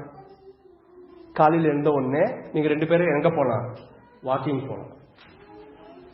எங்க போலாம், வர அப்புறமா வர, இப்ப அது வேணான்னு நினைக்கிறேன். வாக்கிங் போலாம். கரெக்டா? அப்போ அது ஒரு நேரம், அது ஒரு அரை மணி நேரம் இருந்தாலும் சரி. அது என்ன ஆகும், ஒன்னா இணையத்துக்கு ஒரு நேரம் இருக்கு இல்லையா? ஒன்னா பேசின்னு போலாம். காலையில் டைம்ல சண்டை கூட போட்டுன்னு போலாம், ஒன்னும் பிரச்சனை இல்லை. ஏதோ ஒண்ணு காலையில் டைம்ல ஒன்னா போனா இருவர் ஒருமித்து நடக்கிறது ரொம்ப நல்லது. ஆக்சுவலி டைமே கிடைக்கல பிரதர், நான் காலைல போனா நைட்டு தான் வரேன். ஒன்னும் இல்ல, காலைல கொஞ்ச நேரம் எடுத்து டெய்லி 2 பேரும் என்ன பண்ணுங்க, வாக்கிங் போங்க. உடம்புக்கும் நல்லது, உங்களுடைய குடும்ப திருமண உறவுக்கும் அது என்னது நல்லது, 2 ஆரோக்கியத்துக்கும் நல்லது. உங்க உடல் ஆரோக்கியத்துக்கும் நல்லது, உங்க திருமண ஆரோக்கியத்துக்கும் அது நல்லது. சிஸ்டம் நடக்கும்போது என்ன தெரியல, நேத்து நீ அப்படி பேசின பத்தியா, எனக்கு ரொம்ப பேஜாராயிடுச்சு அப்படின்னு கணவன் சொல்லலாம். எனக்கு தெரியவே இல்லையே அப்படின்னு மனைவி சொல்லலாம். Some conversation should happen. என்ன தெரியுமா, கணவன் நினைக்கிறது மனைவிக்கு தெரிய மாட்டேங்குது, மனைவி என்ன நினைக்கிறது யாருக்கு தெரிய மாட்டேங்குது, கணவன் தெரிய மாட்டேங்குது. அப்படியே என்னென்ன கேப் ஆயிடுனால ரொம்ப கஷ்டமாயிடும். அதனால என்ன தெரியுமா சொல்லுவாங்க, எல்லா சண்டைகள் எல்லா உறவுகளுக்கும் ஜாஸ்தி என்ன பண்ணணுமா, பேசணுமா. மனசை விட்டு என்ன பண்ணணும், நீ எல்லாம் பேச எல்லாமே என்ன ஆயிடும், சால்வ் ஆயிடும். மூட என்னதான் வரும், பாட பாட்டு வரும். மூட என்ன வரும், வசனம் தான் தெரியல, பணமொழி கூட நான் சொல்லி கொடுக்கிறேன். ஆடுத்தா ரோகா ஆடுத்தா ராகா முச்சுட்டா ரோகா. பழமொழி கேட்கலீங்களா? சரி, என்ன பண்ற, பாட ராகம், மூட ரோகம். அப்படின்னு என்னன்னா எவ்வளவு மூடுறோமோ அவ்வளவு வியாதி தான். அப்ப கணவன் நல்லா பேசணும். என்ன தெரியுமா பண்ணணும், நீங்க ஒரு ஓய்வு நாள உங்க வாழ்க்கைக்கு வச்சுக்கோங்க. உங்க குடும்ப வாழ்க்கைக்கு ஒரு ஓய்வு நாள்னு இருக்கணும். அது காலையில வாக்கிங்கா இருக்கலாம், ஒன்னா சேர்ந்து படிக்கிறதா இருக்கலாம், ஒன்னா சேர்ந்து ஜெபம் பண்றதா இருக்கலாம். சரி, ஒரு வாரம் சும்மா ஒருத்தர் வீட்டுக்கு போயிட்டு வரலாம், ஒன்னா சேர்ந்து போகணும். அது எங்கன்னா போங்க, அது பிரச்சனையே இல்லை. ஆனா போகணும். நீங்க எதுக்கு போகணும், அப்படி போகும்போது கூட கணவர் அவர் மொபைல் எடுத்துக்கணும், அவர் பார்க்க, மனைவி அவங்க மொபைல் எடுத்துக்கணும். அவங்க அப்படி இல்லை போறதுன்னா, தயவுசெய்து வாக்கிங் போறீங்கன்னா மொபைல் எங்க வச்சுட்டு போங்க, வீட்டுல வச்சுட்டு போங்க. மறக்காம இதை நீங்க செய்யுங்க. மொபைல் எங்க வைங்க, வீட்டுல வைங்க. அந்த ஓய்வு நாள்னு இருக்குல்ல, ஓய்வு நாள்ல என்ன தெரியுமா அர்த்தம், இவன் எதை டச் பண்ணக்கூடாது. ஓய்வு நாள்ல மொபைல கூட என்ன பண்ணக்கூடாது, டச் பண்ணக்கூடாது. அதான் ஓய்வு நாள். உங்க ஓய்வு நாள் வருது இல்லையா, கணவன் மனைவி நீங்க நேரத்தை எடுக்கிறீங்கல்ல, அந்த ஓய்வு நாள்ல நீங்க என்னதான் ஆப்பிள் மொபைல் வாங்கியிருந்தாலும் அந்த ஆப்பிளை ஃப்ரிட்ஜில் வச்சு என்ன பண்ணுங்க, இல்ல நம்மளுக்கு ஐயோ அந்த மொபைல் வாங்கி வீட்டுல வச்சுட்டுமே, பெஞ்சாதி இருப்பா அவளை விட்டுருவாங்க, அதை வாங்கி வீட்டுல வச்சுட்டுமே, மேனேஜர் போன் பண்ணிடுவானா, அவன் போன் பண்ணுவானா, இவன் போன் பண்ணா நம்மளுக்கு அங்க சுத்தின்னு இருக்கும். ஆனா என்ன சொல்ல வர, எதுவுமே அந்த ஓய்வு நாள் வந்தப்போ எனக்கு ஒரே ஒரு நபர் தான் முக்கியம். யாரு? என் கணவன், என்னுடைய, வேற யாருமே எனக்கு இல்லை. அதான் ஆண்டு சொல்லிட்டு ஒண்ணு கூட டச் பண்ணக்கூடாது. ஒன்னும் நீ டச், ஓய்வு நாள் ஓய்வு நாள் தான். கரெக்டா? உங்களுக்கு புரிஞ்சா? இவ்வளவு ஸ்ட்ரிக்டா இருந்தாரு பாத்தீங்களா ஆண்டவரே. அதனால நான் என்ன சொல்றேன்னா, நீங்க ஒரு ஓய்வு நாளா உங்க லைஃப்ல சூஸ் பண்ணிக்கோங்க. ரட்சிக்கப்படாத கணவர் மாதிரி ட்ரை பண்ணுங்க. இதை இம்ப்ளிமெண்ட் பண்ண முயற்சி பண்ணுங்க. கொஞ்சம் நேரத்தை எடுத்துக்குங்க. மொபைலுக்கு இடம் கொடுக்காதீங்க. அந்த டைம்ல இடம் கொடுக்காதீங்க. என்ன கேட்டா பிள்ளைங்களை கூட இட்டுன்னு போவாதீங்க. பிள்ளைங்களை தேவ தூதருடைய கரத்துல ஒப்பு கொடுத்துட்டு போங்க. கர்த்தர் பார்த்து கொள்வாங்க. உண்மைதான். ஒன்னும் நீங்க கவலைப்படாதீங்க. ஜெபம் பண்ணிட்டு மிகாவேல் காபிரியேலை கூப்பிட்டு உட்கார வச்சுட்டு, மிகாவேல் காபிரியேல் நானும் என் கணவரை ஓய்வு நாள என்ன பண்ண போறோம்? ஆசரிக்கிற போல வேதத்தில் இருக்கிற 4வது கற்பனைகளை என்ன பண்ண போறோம்? நாங்க கீழ்பட்டு நாங்க போயிட்டு வர வரைக்கும் என் பிள்ளைகள் உன்னுடைய பாதுகாப்பு இருப்பதாக இயேசுவின் நாமத்துல கட்டளை எடுக்கிறேன்னு சொல்லிட்டு உங்க பிள்ளைகளை மிகாவேல் காபிரியேலுக்கு கொடுத்துட்டு நீங்க என்ன பண்ணுங்க? வாக்கிங் போயிட்டு வாங்க. புரியுதுங்களா? மிகாவேல் காபிரியேல் கிடைக்கல, பக்கத்துல யாரும் தேடி கண்டுபிடிச்சு ஒரு காபிரியேலை ஏற்படுத்தி. ஓகேவா? இப்படி பண்ணுங்க. பசங்களை கூட வச்சுக்காதீங்க. பசங்களை கூட இருக்கக்கூடாது. ஏன்னா சில டைம் சில பிரைவேட் டாக்ஸ் இருக்கலாம், சில தனிப்பட்ட விதத்துல பேச வேண்டியதா இருக்கும். அநேக குடும்பத்துல என்ன தெரியுமா பிரச்சனை? சின்ன வீடா இருக்கலாம், பிரைவசி இருக்காது, பசங்க இருப்பாங்க, கணவன் நினைக்கிறது சில டைம்ல பேச முடியாது. இதெல்லாம் காரியங்கள் உண்டு கணவன் மனைவி உறவுகள்ல. புரியுதுங்களா நான் உங்களுக்கு சொல்றது? மனைவி சில சொல்ல ஆசைப்படுவா, சொல்றதுக்கு வாய்ப்பே இருக்காது.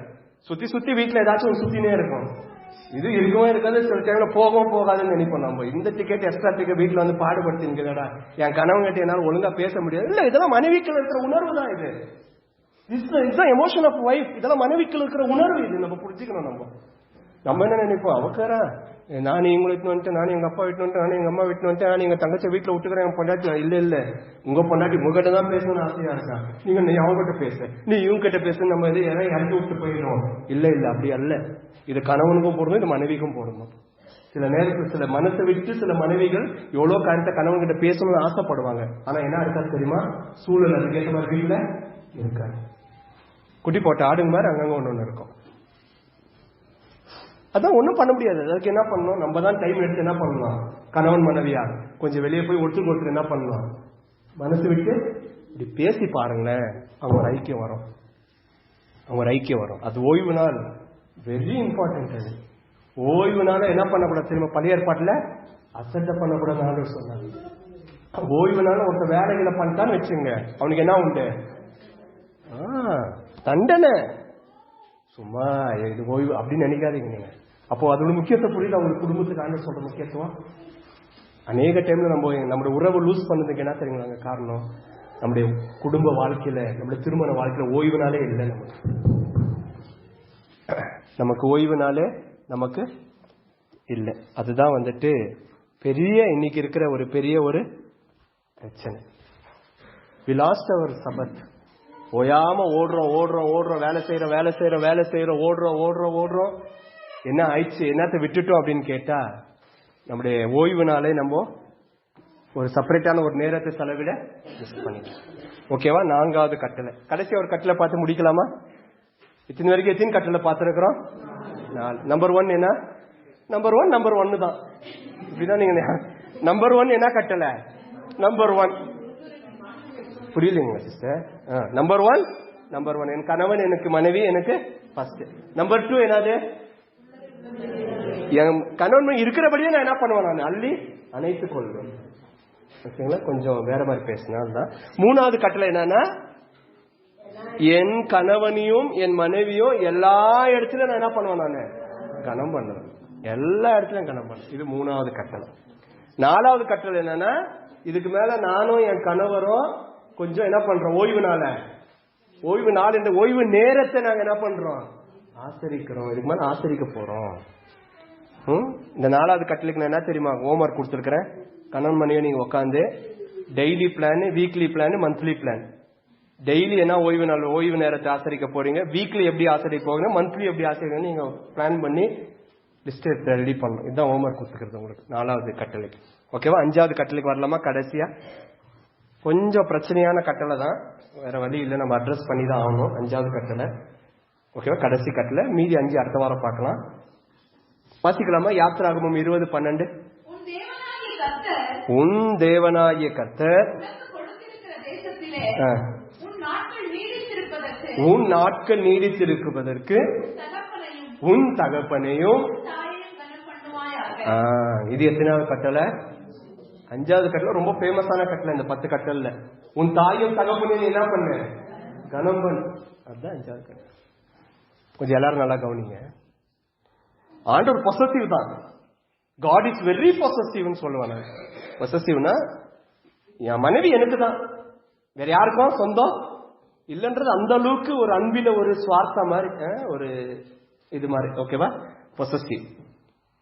அதான் ஃபர்ஸ்ட் கட்டளே சொன்னாரு. என்ன தவிர வேற யாருக்கும் நீ என்ன பண்ணாரு நினைச்சு கூட நீ உன் லைஃப்ல யாரும் இருக்க கூடாதுன்னு சொன்ன அதே பொசசிவ் உள்ள ஆண்டவர், அம்மா என் மனைவியே உனக்கு கல்யாணம் ஆயிடுச்சு, உன்னை நான் கல்யாணம் கட்டுன்னு வந்துட்டேன், நீ கல்யாணம் கட்டு வந்ததுனால உனக்கு எல்லாமே இதுக்கு மேல நான் தான் ஃபர்ஸ்ட், நீ என்னதான் கனம் பண்ணணும், என் கூட தான் ஓய்வு நாள் ஆசரிக்கணும், நீ எல்லாமே எனக்கு தான் கொடுக்கணும், ஓகேங்களா, நீ என்ன உள்ளபடியே ஏற்றுக்கொள்ளணும், நீ நேரத்தை எனக்கு அடுத்துதான் நேரத்தை 6 நாள் உங்க டைம் இல்லைனாலும் 7வது நாள் ஒரு ஓய்வு நாளை வச்சு நீ என் கூட தான். இவ்வளோ சொன்ன ஆண்டவர் என்ன தெரியுங்களாங்க 5வது கட்டளை சொன்னாரு, இப்படி பண்ணதுனால நான் உங்க லைஃப்ல வந்ததுனால உங்க அம்மாவையும் உங்க அப்பாவையும் நீ கைவிடணும்ன்றதுக்கு அர்த்தம் இல்ல. உன் தாயும் தகப்பனையும் நீ என்ன பண்ண? What a God! எப்படியாப்பட்ட ஆண்டவருங்க நமக்கு. சில டைம்ல அன்பின் உச்சக்கட்ட பைத்தியம் ஆயிடுச்சுன்னு என்ன தெரியுமா, நான் தான் இதுக்கு மேல உனக்கு அப்பனும் இல்ல அம்மாவும் இல்ல யாரும் சொந்த பந்தங்களும் இல்ல, விட்டு எல்லாரையும் நான் தான்ன்றது அது வேற மாதிரி. எப்படி ஒரு பேலன்ஸ்டான ஒரு குடும்ப வாழ்க்கை ஆண்டு கொண்டு வர உங்களால பார்க்க முடியுது. ஆண்டவர் ஒரு குடும்பம் எப்படி நடத்தணும்ன்றதுக்கு இவர்கிட்ட தான் ட்ரைனிங் எடுக்கணும். நம்ம ஆண்டவர்கிட்ட தான் ட்ரைனிங் எடுக்கணும். ஒரு குடும்பத்தை எப்படி நடத்தணும்ன்றது, கூட்டு குடும்பத்தை எப்படி ஒரு கணவன் ஒரு மனைவி தன் குடும்பத்தை எப்படி நடத்தணும் ட்ரைனிங் யாருக்கிட்ட எடுக்கணும்? நம்முடைய ஆண்டவர்கிட்ட தான் எடுக்கணும். நீ இவ்வளோ பண்ணாலுமே கூட உனக்கு எல்லாமே நான் தான் உனக்கு ஃபர்ஸ்டா இருக்கணும்ன்றதுக்காக மற்றவங்களெல்லாம் கண்டுக்காம விட்டுறல. ஒருவேளை உங்க அம்மா உடம்பு சரியில்லையா, அவனுக்கு என்ன பண்ண மாத்திரை வாங்கி கொடு, அவன் டேப்லெட் வாங்கி கொடு. ஆண்டவர் என்ன பண்ணாருன்னா தாயும் தகப்பனுக்கு இடத்த கொடுத்தாரு. நீ கல்யாணம் கட்டிக்கின அதனால உங்க அப்பா அம்மா மறக்கணும்ட்டு இல்ல, அவங்களுக்கு செய்ய வேண்டிய பொறுப்புகளை நீ என்ன பண்ணலாம், செய்யலாம். உன் தாயும் தகப்பனையும் நீ என்ன பண்ண?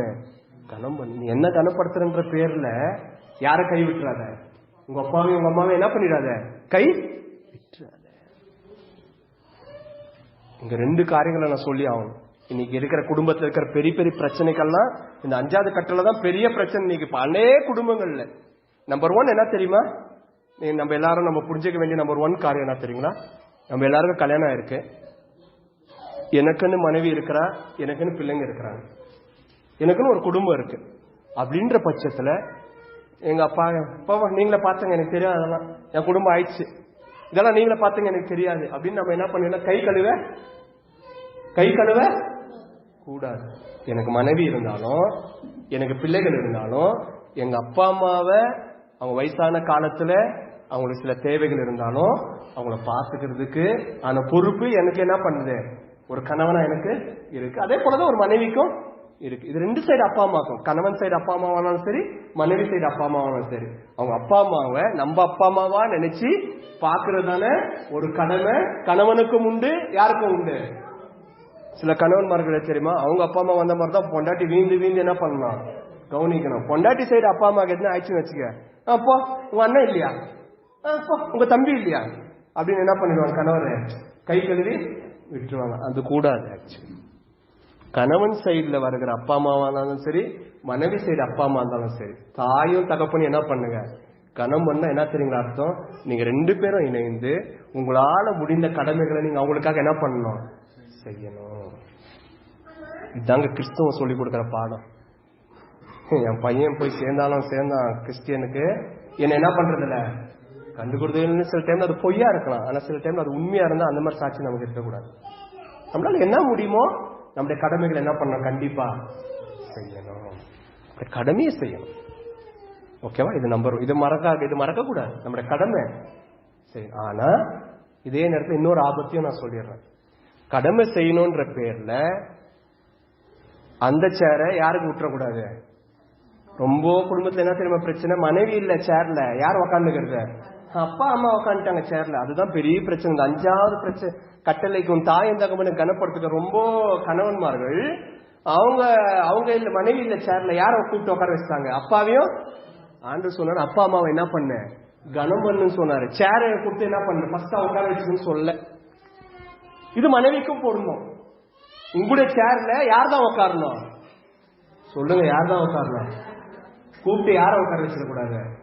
அப்பாவையும் அம்மாவையும் கூப்பிட்டு அந்த சேர்ல உட்கார வைக்காதீங்க. ஆனா அவங்க என்ன பண்ணணும், கனம் பண்ணணும். ஆனா சேர் யாருக்கு இல்ல, அவங்களுக்கு இல்ல. சேர் யாருக்கு தான், கணவனுக்கு தான். சேர் யாருக்கு தான், மனைவிக்கு தான். அப்பா அம்மாக்கு சேர் இல்ல, ஆனா அவங்க என்ன பண்ணணும், கனம் பண்ணணும். இந்த பேலன்ஸை நம்ம கத்துக்கணும் குடும்பத்துல. ஆனா இங்க நம்ம மிஸ் பண்ணிடுறோம். நம்மளுக்கு நம்ம அம்மா வந்துட்டாங்கன்னா கை கால் புரியாது நம்மளுக்கு. நம்மளை நம்பி ஒருத்தி வந்துக்கிறாளேன்றது கூட நம்மளுக்கு தெரியுது. அவன் வேலைக்காரி ஆயிடுவான். நம்மளுக்கு அநேக குடும்பங்கள் நடக்கிற காரியம். கொஞ்சாவது வேலைக்காரி ஆயிடுவான். தூக்கி அப்பா அம்மா சேர்ல உட்கார வச்சுக்கிறது. அதுக்கு இது கல்யாணம் கட்டணும். கல்யாணம் கட்டாம இருந்திருக்கணும். If you are not able to balance your family and wife, உங்களுக்கு வரப்போற எதிர்காலத்துல உடைய குடும்பத்தையும் கனப்படுத்தி உங்க பஞ்சாயத்துக்கு முதல்ல என்ன கொடுக்கணும், கனவு கொடுக்கணும்ன்ற உங்களுக்கு தெரியாத கல்யாணம் பண்ணிக்க கூடாது. நான் கேட்டேன், புரியுது இல்லைங்களா? அப்பா இவன் எங்க அப்பா அம்மா இருக்க முடியல, எங்க அம்மா அம்மா அது எது கல்யாணம் கட்டினேன் கேட்பேன் நான். புரியுது இல்லைங்களா? சோ அதனால நம்ம என்ன பண்ணணும்னு கேட்டீங்கன்னா, தகப்பனையும் தாயையும் கனம் பண்ணணும். அதே நேரத்துல அவர்களுக்கு அந்த சேரை நம்ம என்ன பண்ணக்கூடாது, விட கூடாது. எல்லாரும் கேளுங்க, 2 காரியத்தை சொல்றேன். உங்க எல்லா குடும்பத்தையும் நீங்க இம்ப்ளிமெண்ட் பண்ணணும்.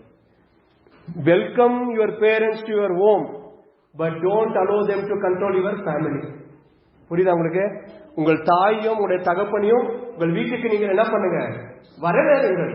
ஆனால் உங்களுடைய குடும்பத்தை கண்ட்ரோல் பண்றதுக்கு சாவி அவங்க கையில கொடுக்காதீங்க. பிளீஸ் ஃபாலோ பண்ணுங்க. ஏன்னா ரொம்ப குடும்பம் உடையுதுங்க தான். அப்பா அம்மா வீட்டுக்கு வரலாமா, வரலாம். சிக்கன் எடுங்க, மட்டன் எடுங்க, கபாப் எடுங்க. அவங்க சுகர் பேஷண்ட் இருந்தா வெஜ்ஜு கொடுங்க, நல்லா சாப்பிட வைங்க, நல்லா மாத்திரை எடுங்க. இதெல்லாம் வெல்கம் பண்ணணும். ரிமோட் கண்ட்ரோல் எடுத்து கொடுத்துட்டு என் பொஞ்சாதி ஆப்ரேட் பண்ணு, என் கணவன் ஆப்ரேட் பண்ணு, என் பிள்ளைகளை சாவி யார் கையில கொடுத்துறாதீங்க, பெற்றோர் கையில கொடுக்காதீங்க. வெல்கம் பண்ணுங்க. கண்ட்ரோல் பண்றதுக்கு கல்யாணம் ஆயிட்ட பிறகு என் சைட்ல இருக்கிற அப்பா அம்மாவும் சரி, என் மனைவி சைட்ல இருக்க அப்பா அம்மாவும் சரி, உரிமை இல்லை, உரிமை இல்லை. வரவேறுங்கள் உங்களுடைய குடும்பத்திற்கு. கண்ட்ரோல் பண்ண விட்டுறாதீங்க. என்னடி உன் புருஷன் அப்படிங்கிறான், கொஞ்சம் கட்டுப்பட்டு வை, கொஞ்சம் டைட் பண்ணு. சில மாமியார்மார்கள் பேசுறது, மாமனார்கள் பேசுகிறது அப்படியே லைட்டா குத்துவாங்க. பெஞ்சாதி முன்னாடியே லைட்டா அடிப்பாங்க. தெரியும் எனக்கு, இந்த பல மாமியார்களை பார்த்திருக்கிறேன் நான். அவங்க பேசும்போதே தெரியும் எனக்கு. ஓ புரிஞ்சுப்பேன் நான், போச்சுரா உடன்படிக்கை உடையுதுன்ட்டு. புரியுதுங்களா? அலோ பண்ணாதீங்க. மாமியாரா இருந்தாலும் அம்மாவா இருந்தாலும் கோடு கோடு தான். அந்த கோடை தாண்டி என்ன பண்ணக்கூடாது. இது எனக்கும் என் வீட்டுக்காருக்கும், இது எனக்கும் என் மனைவிக்கும் உள்ள வராத சொல்லுங்க. உங்க அப்பாக்கும் சொல்லுங்க, உங்க அம்மாக்கும் சொல்லுங்க. அது யாரா இருந்தாலும் சரிதான். உள்ள விடாதீங்க யாரையும். வேதத்துக்கு புறமானது அது. பாத்துக்கணுமா பாத்துக்கணும், காசு கொடுக்கணுமா கொடுக்கலாம், ஓகேவா, என்னால முடிஞ்சது ஹெல்ப் பண்ணலாம், பாத்துக்கணும். ஆனா அதுவே என் கணவன் மணி உறவுக்கு அவங்க சென்டர்ல வராங்கன்னா அவங்களை அங்க செக் வைக்கணும். விட்டுறாது உங்களை.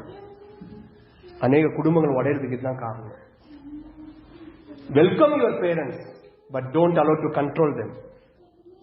Seek counsel from your parents, but don't allow to dictate you. அப்படி என்ன தெரியுங்களா? ஆலோசனை பெறுங்க, உங்களை அதிகாரம் பண்றதுக்கு விட்டுறாதீங்க. ஆலோசனை கேட்கலாம் பெரியங்கிட்டமா. நானும் என் மனைவி இப்படி நினைக்கிறேன், நீங்க என்ன சொல்றீங்க? அப்பா நீங்க என்ன நினைக்கிறீங்க? நானும் என் வீட்டுக்காரும் நானும் என் புருஷனும் இப்படி நினைக்கிறேன், இப்படி தீர்மானம். நீங்க என்ன, உங்க ஆலோசனை என்ன? ஆலோசனை கேளுங்க பெற்றோர்கிட்ட. ஆனா சில பெற்றோர் என்ன தெரியுமா, ஆலோசனை கொடுக்க மாட்டாங்க. அவங்க சொல்ற மாதிரி தான் என்ன பண்ண, எல்லாம் கல்யாணம் ஆனாலும் புருஷன் வீட்டை நடத்த மாட்டான், அவங்க அப்பா அம்மா தான் வீட்டை நடத்தின்னு இருப்பாங்க. சில குடும்பங்கள்ல பெஞ்சாதி நடத்தின்னு இருக்க மாட்டா, அவங்க அப்பா அம்மா தான் நடத்தின்னு இருப்பாங்க. ஃபேமிலி மினிஸ்ட்ரி அவங்க. ஓகேங்களா? இது அது ஆரோக்கியமற்ற குடும்பம். இது என்ன கேட்டீங்கன்னா ஆரோக்கியமற்ற குடும்பம். அதுக்கு அனுமதிக்காதீங்க. தாயன் தகப்பனை கனப்படுத்தணும். அவங்களுக்குன்னு ஒரு லைன் இருக்கு குடும்பத்துல, அந்த லைனை தாண்டி அவங்க உள்ள வரக்கூடாது. ஓகேங்களா? அப்ப 5வது கட்டளை என்ன தெரியுங்களா? என்னது 5வது கட்டளை குடும்பத்திற்கு? இப்ப நான் சொன்ன கட்டளை 5வது கட்டளை என்னதுங்க? இல்ல, அது இல்ல. 5வது கட்டளை இல்ல. இல்ல, கோர்ட் ஆஜராகணுமா? கோடை தாண்ட கூடாது. இல்ல, அது இல்ல. 5வது கட்டளை இல்ல. இவ்வளவு பிரசங்கம் பண்ணி கூட என்னோட 5வது கட்டளை நீங்க கண்டுபிடிக்கலீங்களாங்க? கரெக்ட். உன் மாமியாரையும் மாமனாரையும் கணவன், இதுதான் 5வது கட்டளை. உன் மாமனாரும் மாமியாரும் என்ன பண்ணு நீ? கணவன். இது எந்த மாமியார்னு கேட்காதீங்க, 2 மாமியார் தான் சொல்றேன். கணவன் மாமியார், மனைவி மாமியார். உன் மாமனாரையும் honour your father in law and mother in law. That is the 5th commandment. உங்கள் மாமனார் மற்றும் மாமியாரை ಮದಿಯಿಂಗಳು. ನಿಮ್ಮ ಮಾವ ಮತ್ತು ಅತ್ತೆಯನ್ನು ಗೌರವಿಸಿ. புரிஞ்சுதுங்களாங்க 5வது கட்டளை? புரிஞ்சுதா எல்லாருக்கும்? ஓகேவா? இங்கே நிறுத்துறோம். 5வது கட்டளைக்கு ஒரு ஹோம்வொர்க் கொடுத்துக்கிறேன். என்னன்னு கேட்டா, உங்க வீட்டுல ஏதோ ஒரு பிரச்சனை வெடிச்சிச்சு. பிரச்சனை, அனல் பறக்குது. எந்த அனல்? மார்ச் மாசம் அனல் இல்ல, இது எந்த அனல்? கணவன் மனைவி கொடுக்கிற அனல். என்ன பண்ற? சூடு ஏறிங்குது. இது எப்படியோ யாருக்கு தெரிஞ்சிச்சுன்னா அத்தை மாமா தெரிஞ்சிச்சு. எந்த அத்தை மாமா நீங்களே முடிவு பண்ணீங்க, அதுக்கு நான் வரல, என்ன எழுகாதீங்க. அத்தை மாமா மாமனார் மாமியாருக்கு என்ன பண்ணிச்சு? இப்ப என்ன பண்றான்னா உங்க வீட்டுக்கு வந்துங்கிறான். வந்துட்டாங்க உங்க வீட்டுக்கு. எப்படி தெரிஞ்சிச்சு தெரியல, ஆனா வீட்டுக்கு வந்துட்டாங்க. அவங்கள கனம் பண்ணணும். ஆனா கோட்டை தாண்ட என்ன பண்ணக்கூடாது, அவங்க ஆலோசனை கேட்கணும். ஆனா அதிகாரம் பண்றதுக்கு விடக்கூடாது. உள்ள சேர்க்கணும், தண்ணி கொடுக்கணும்.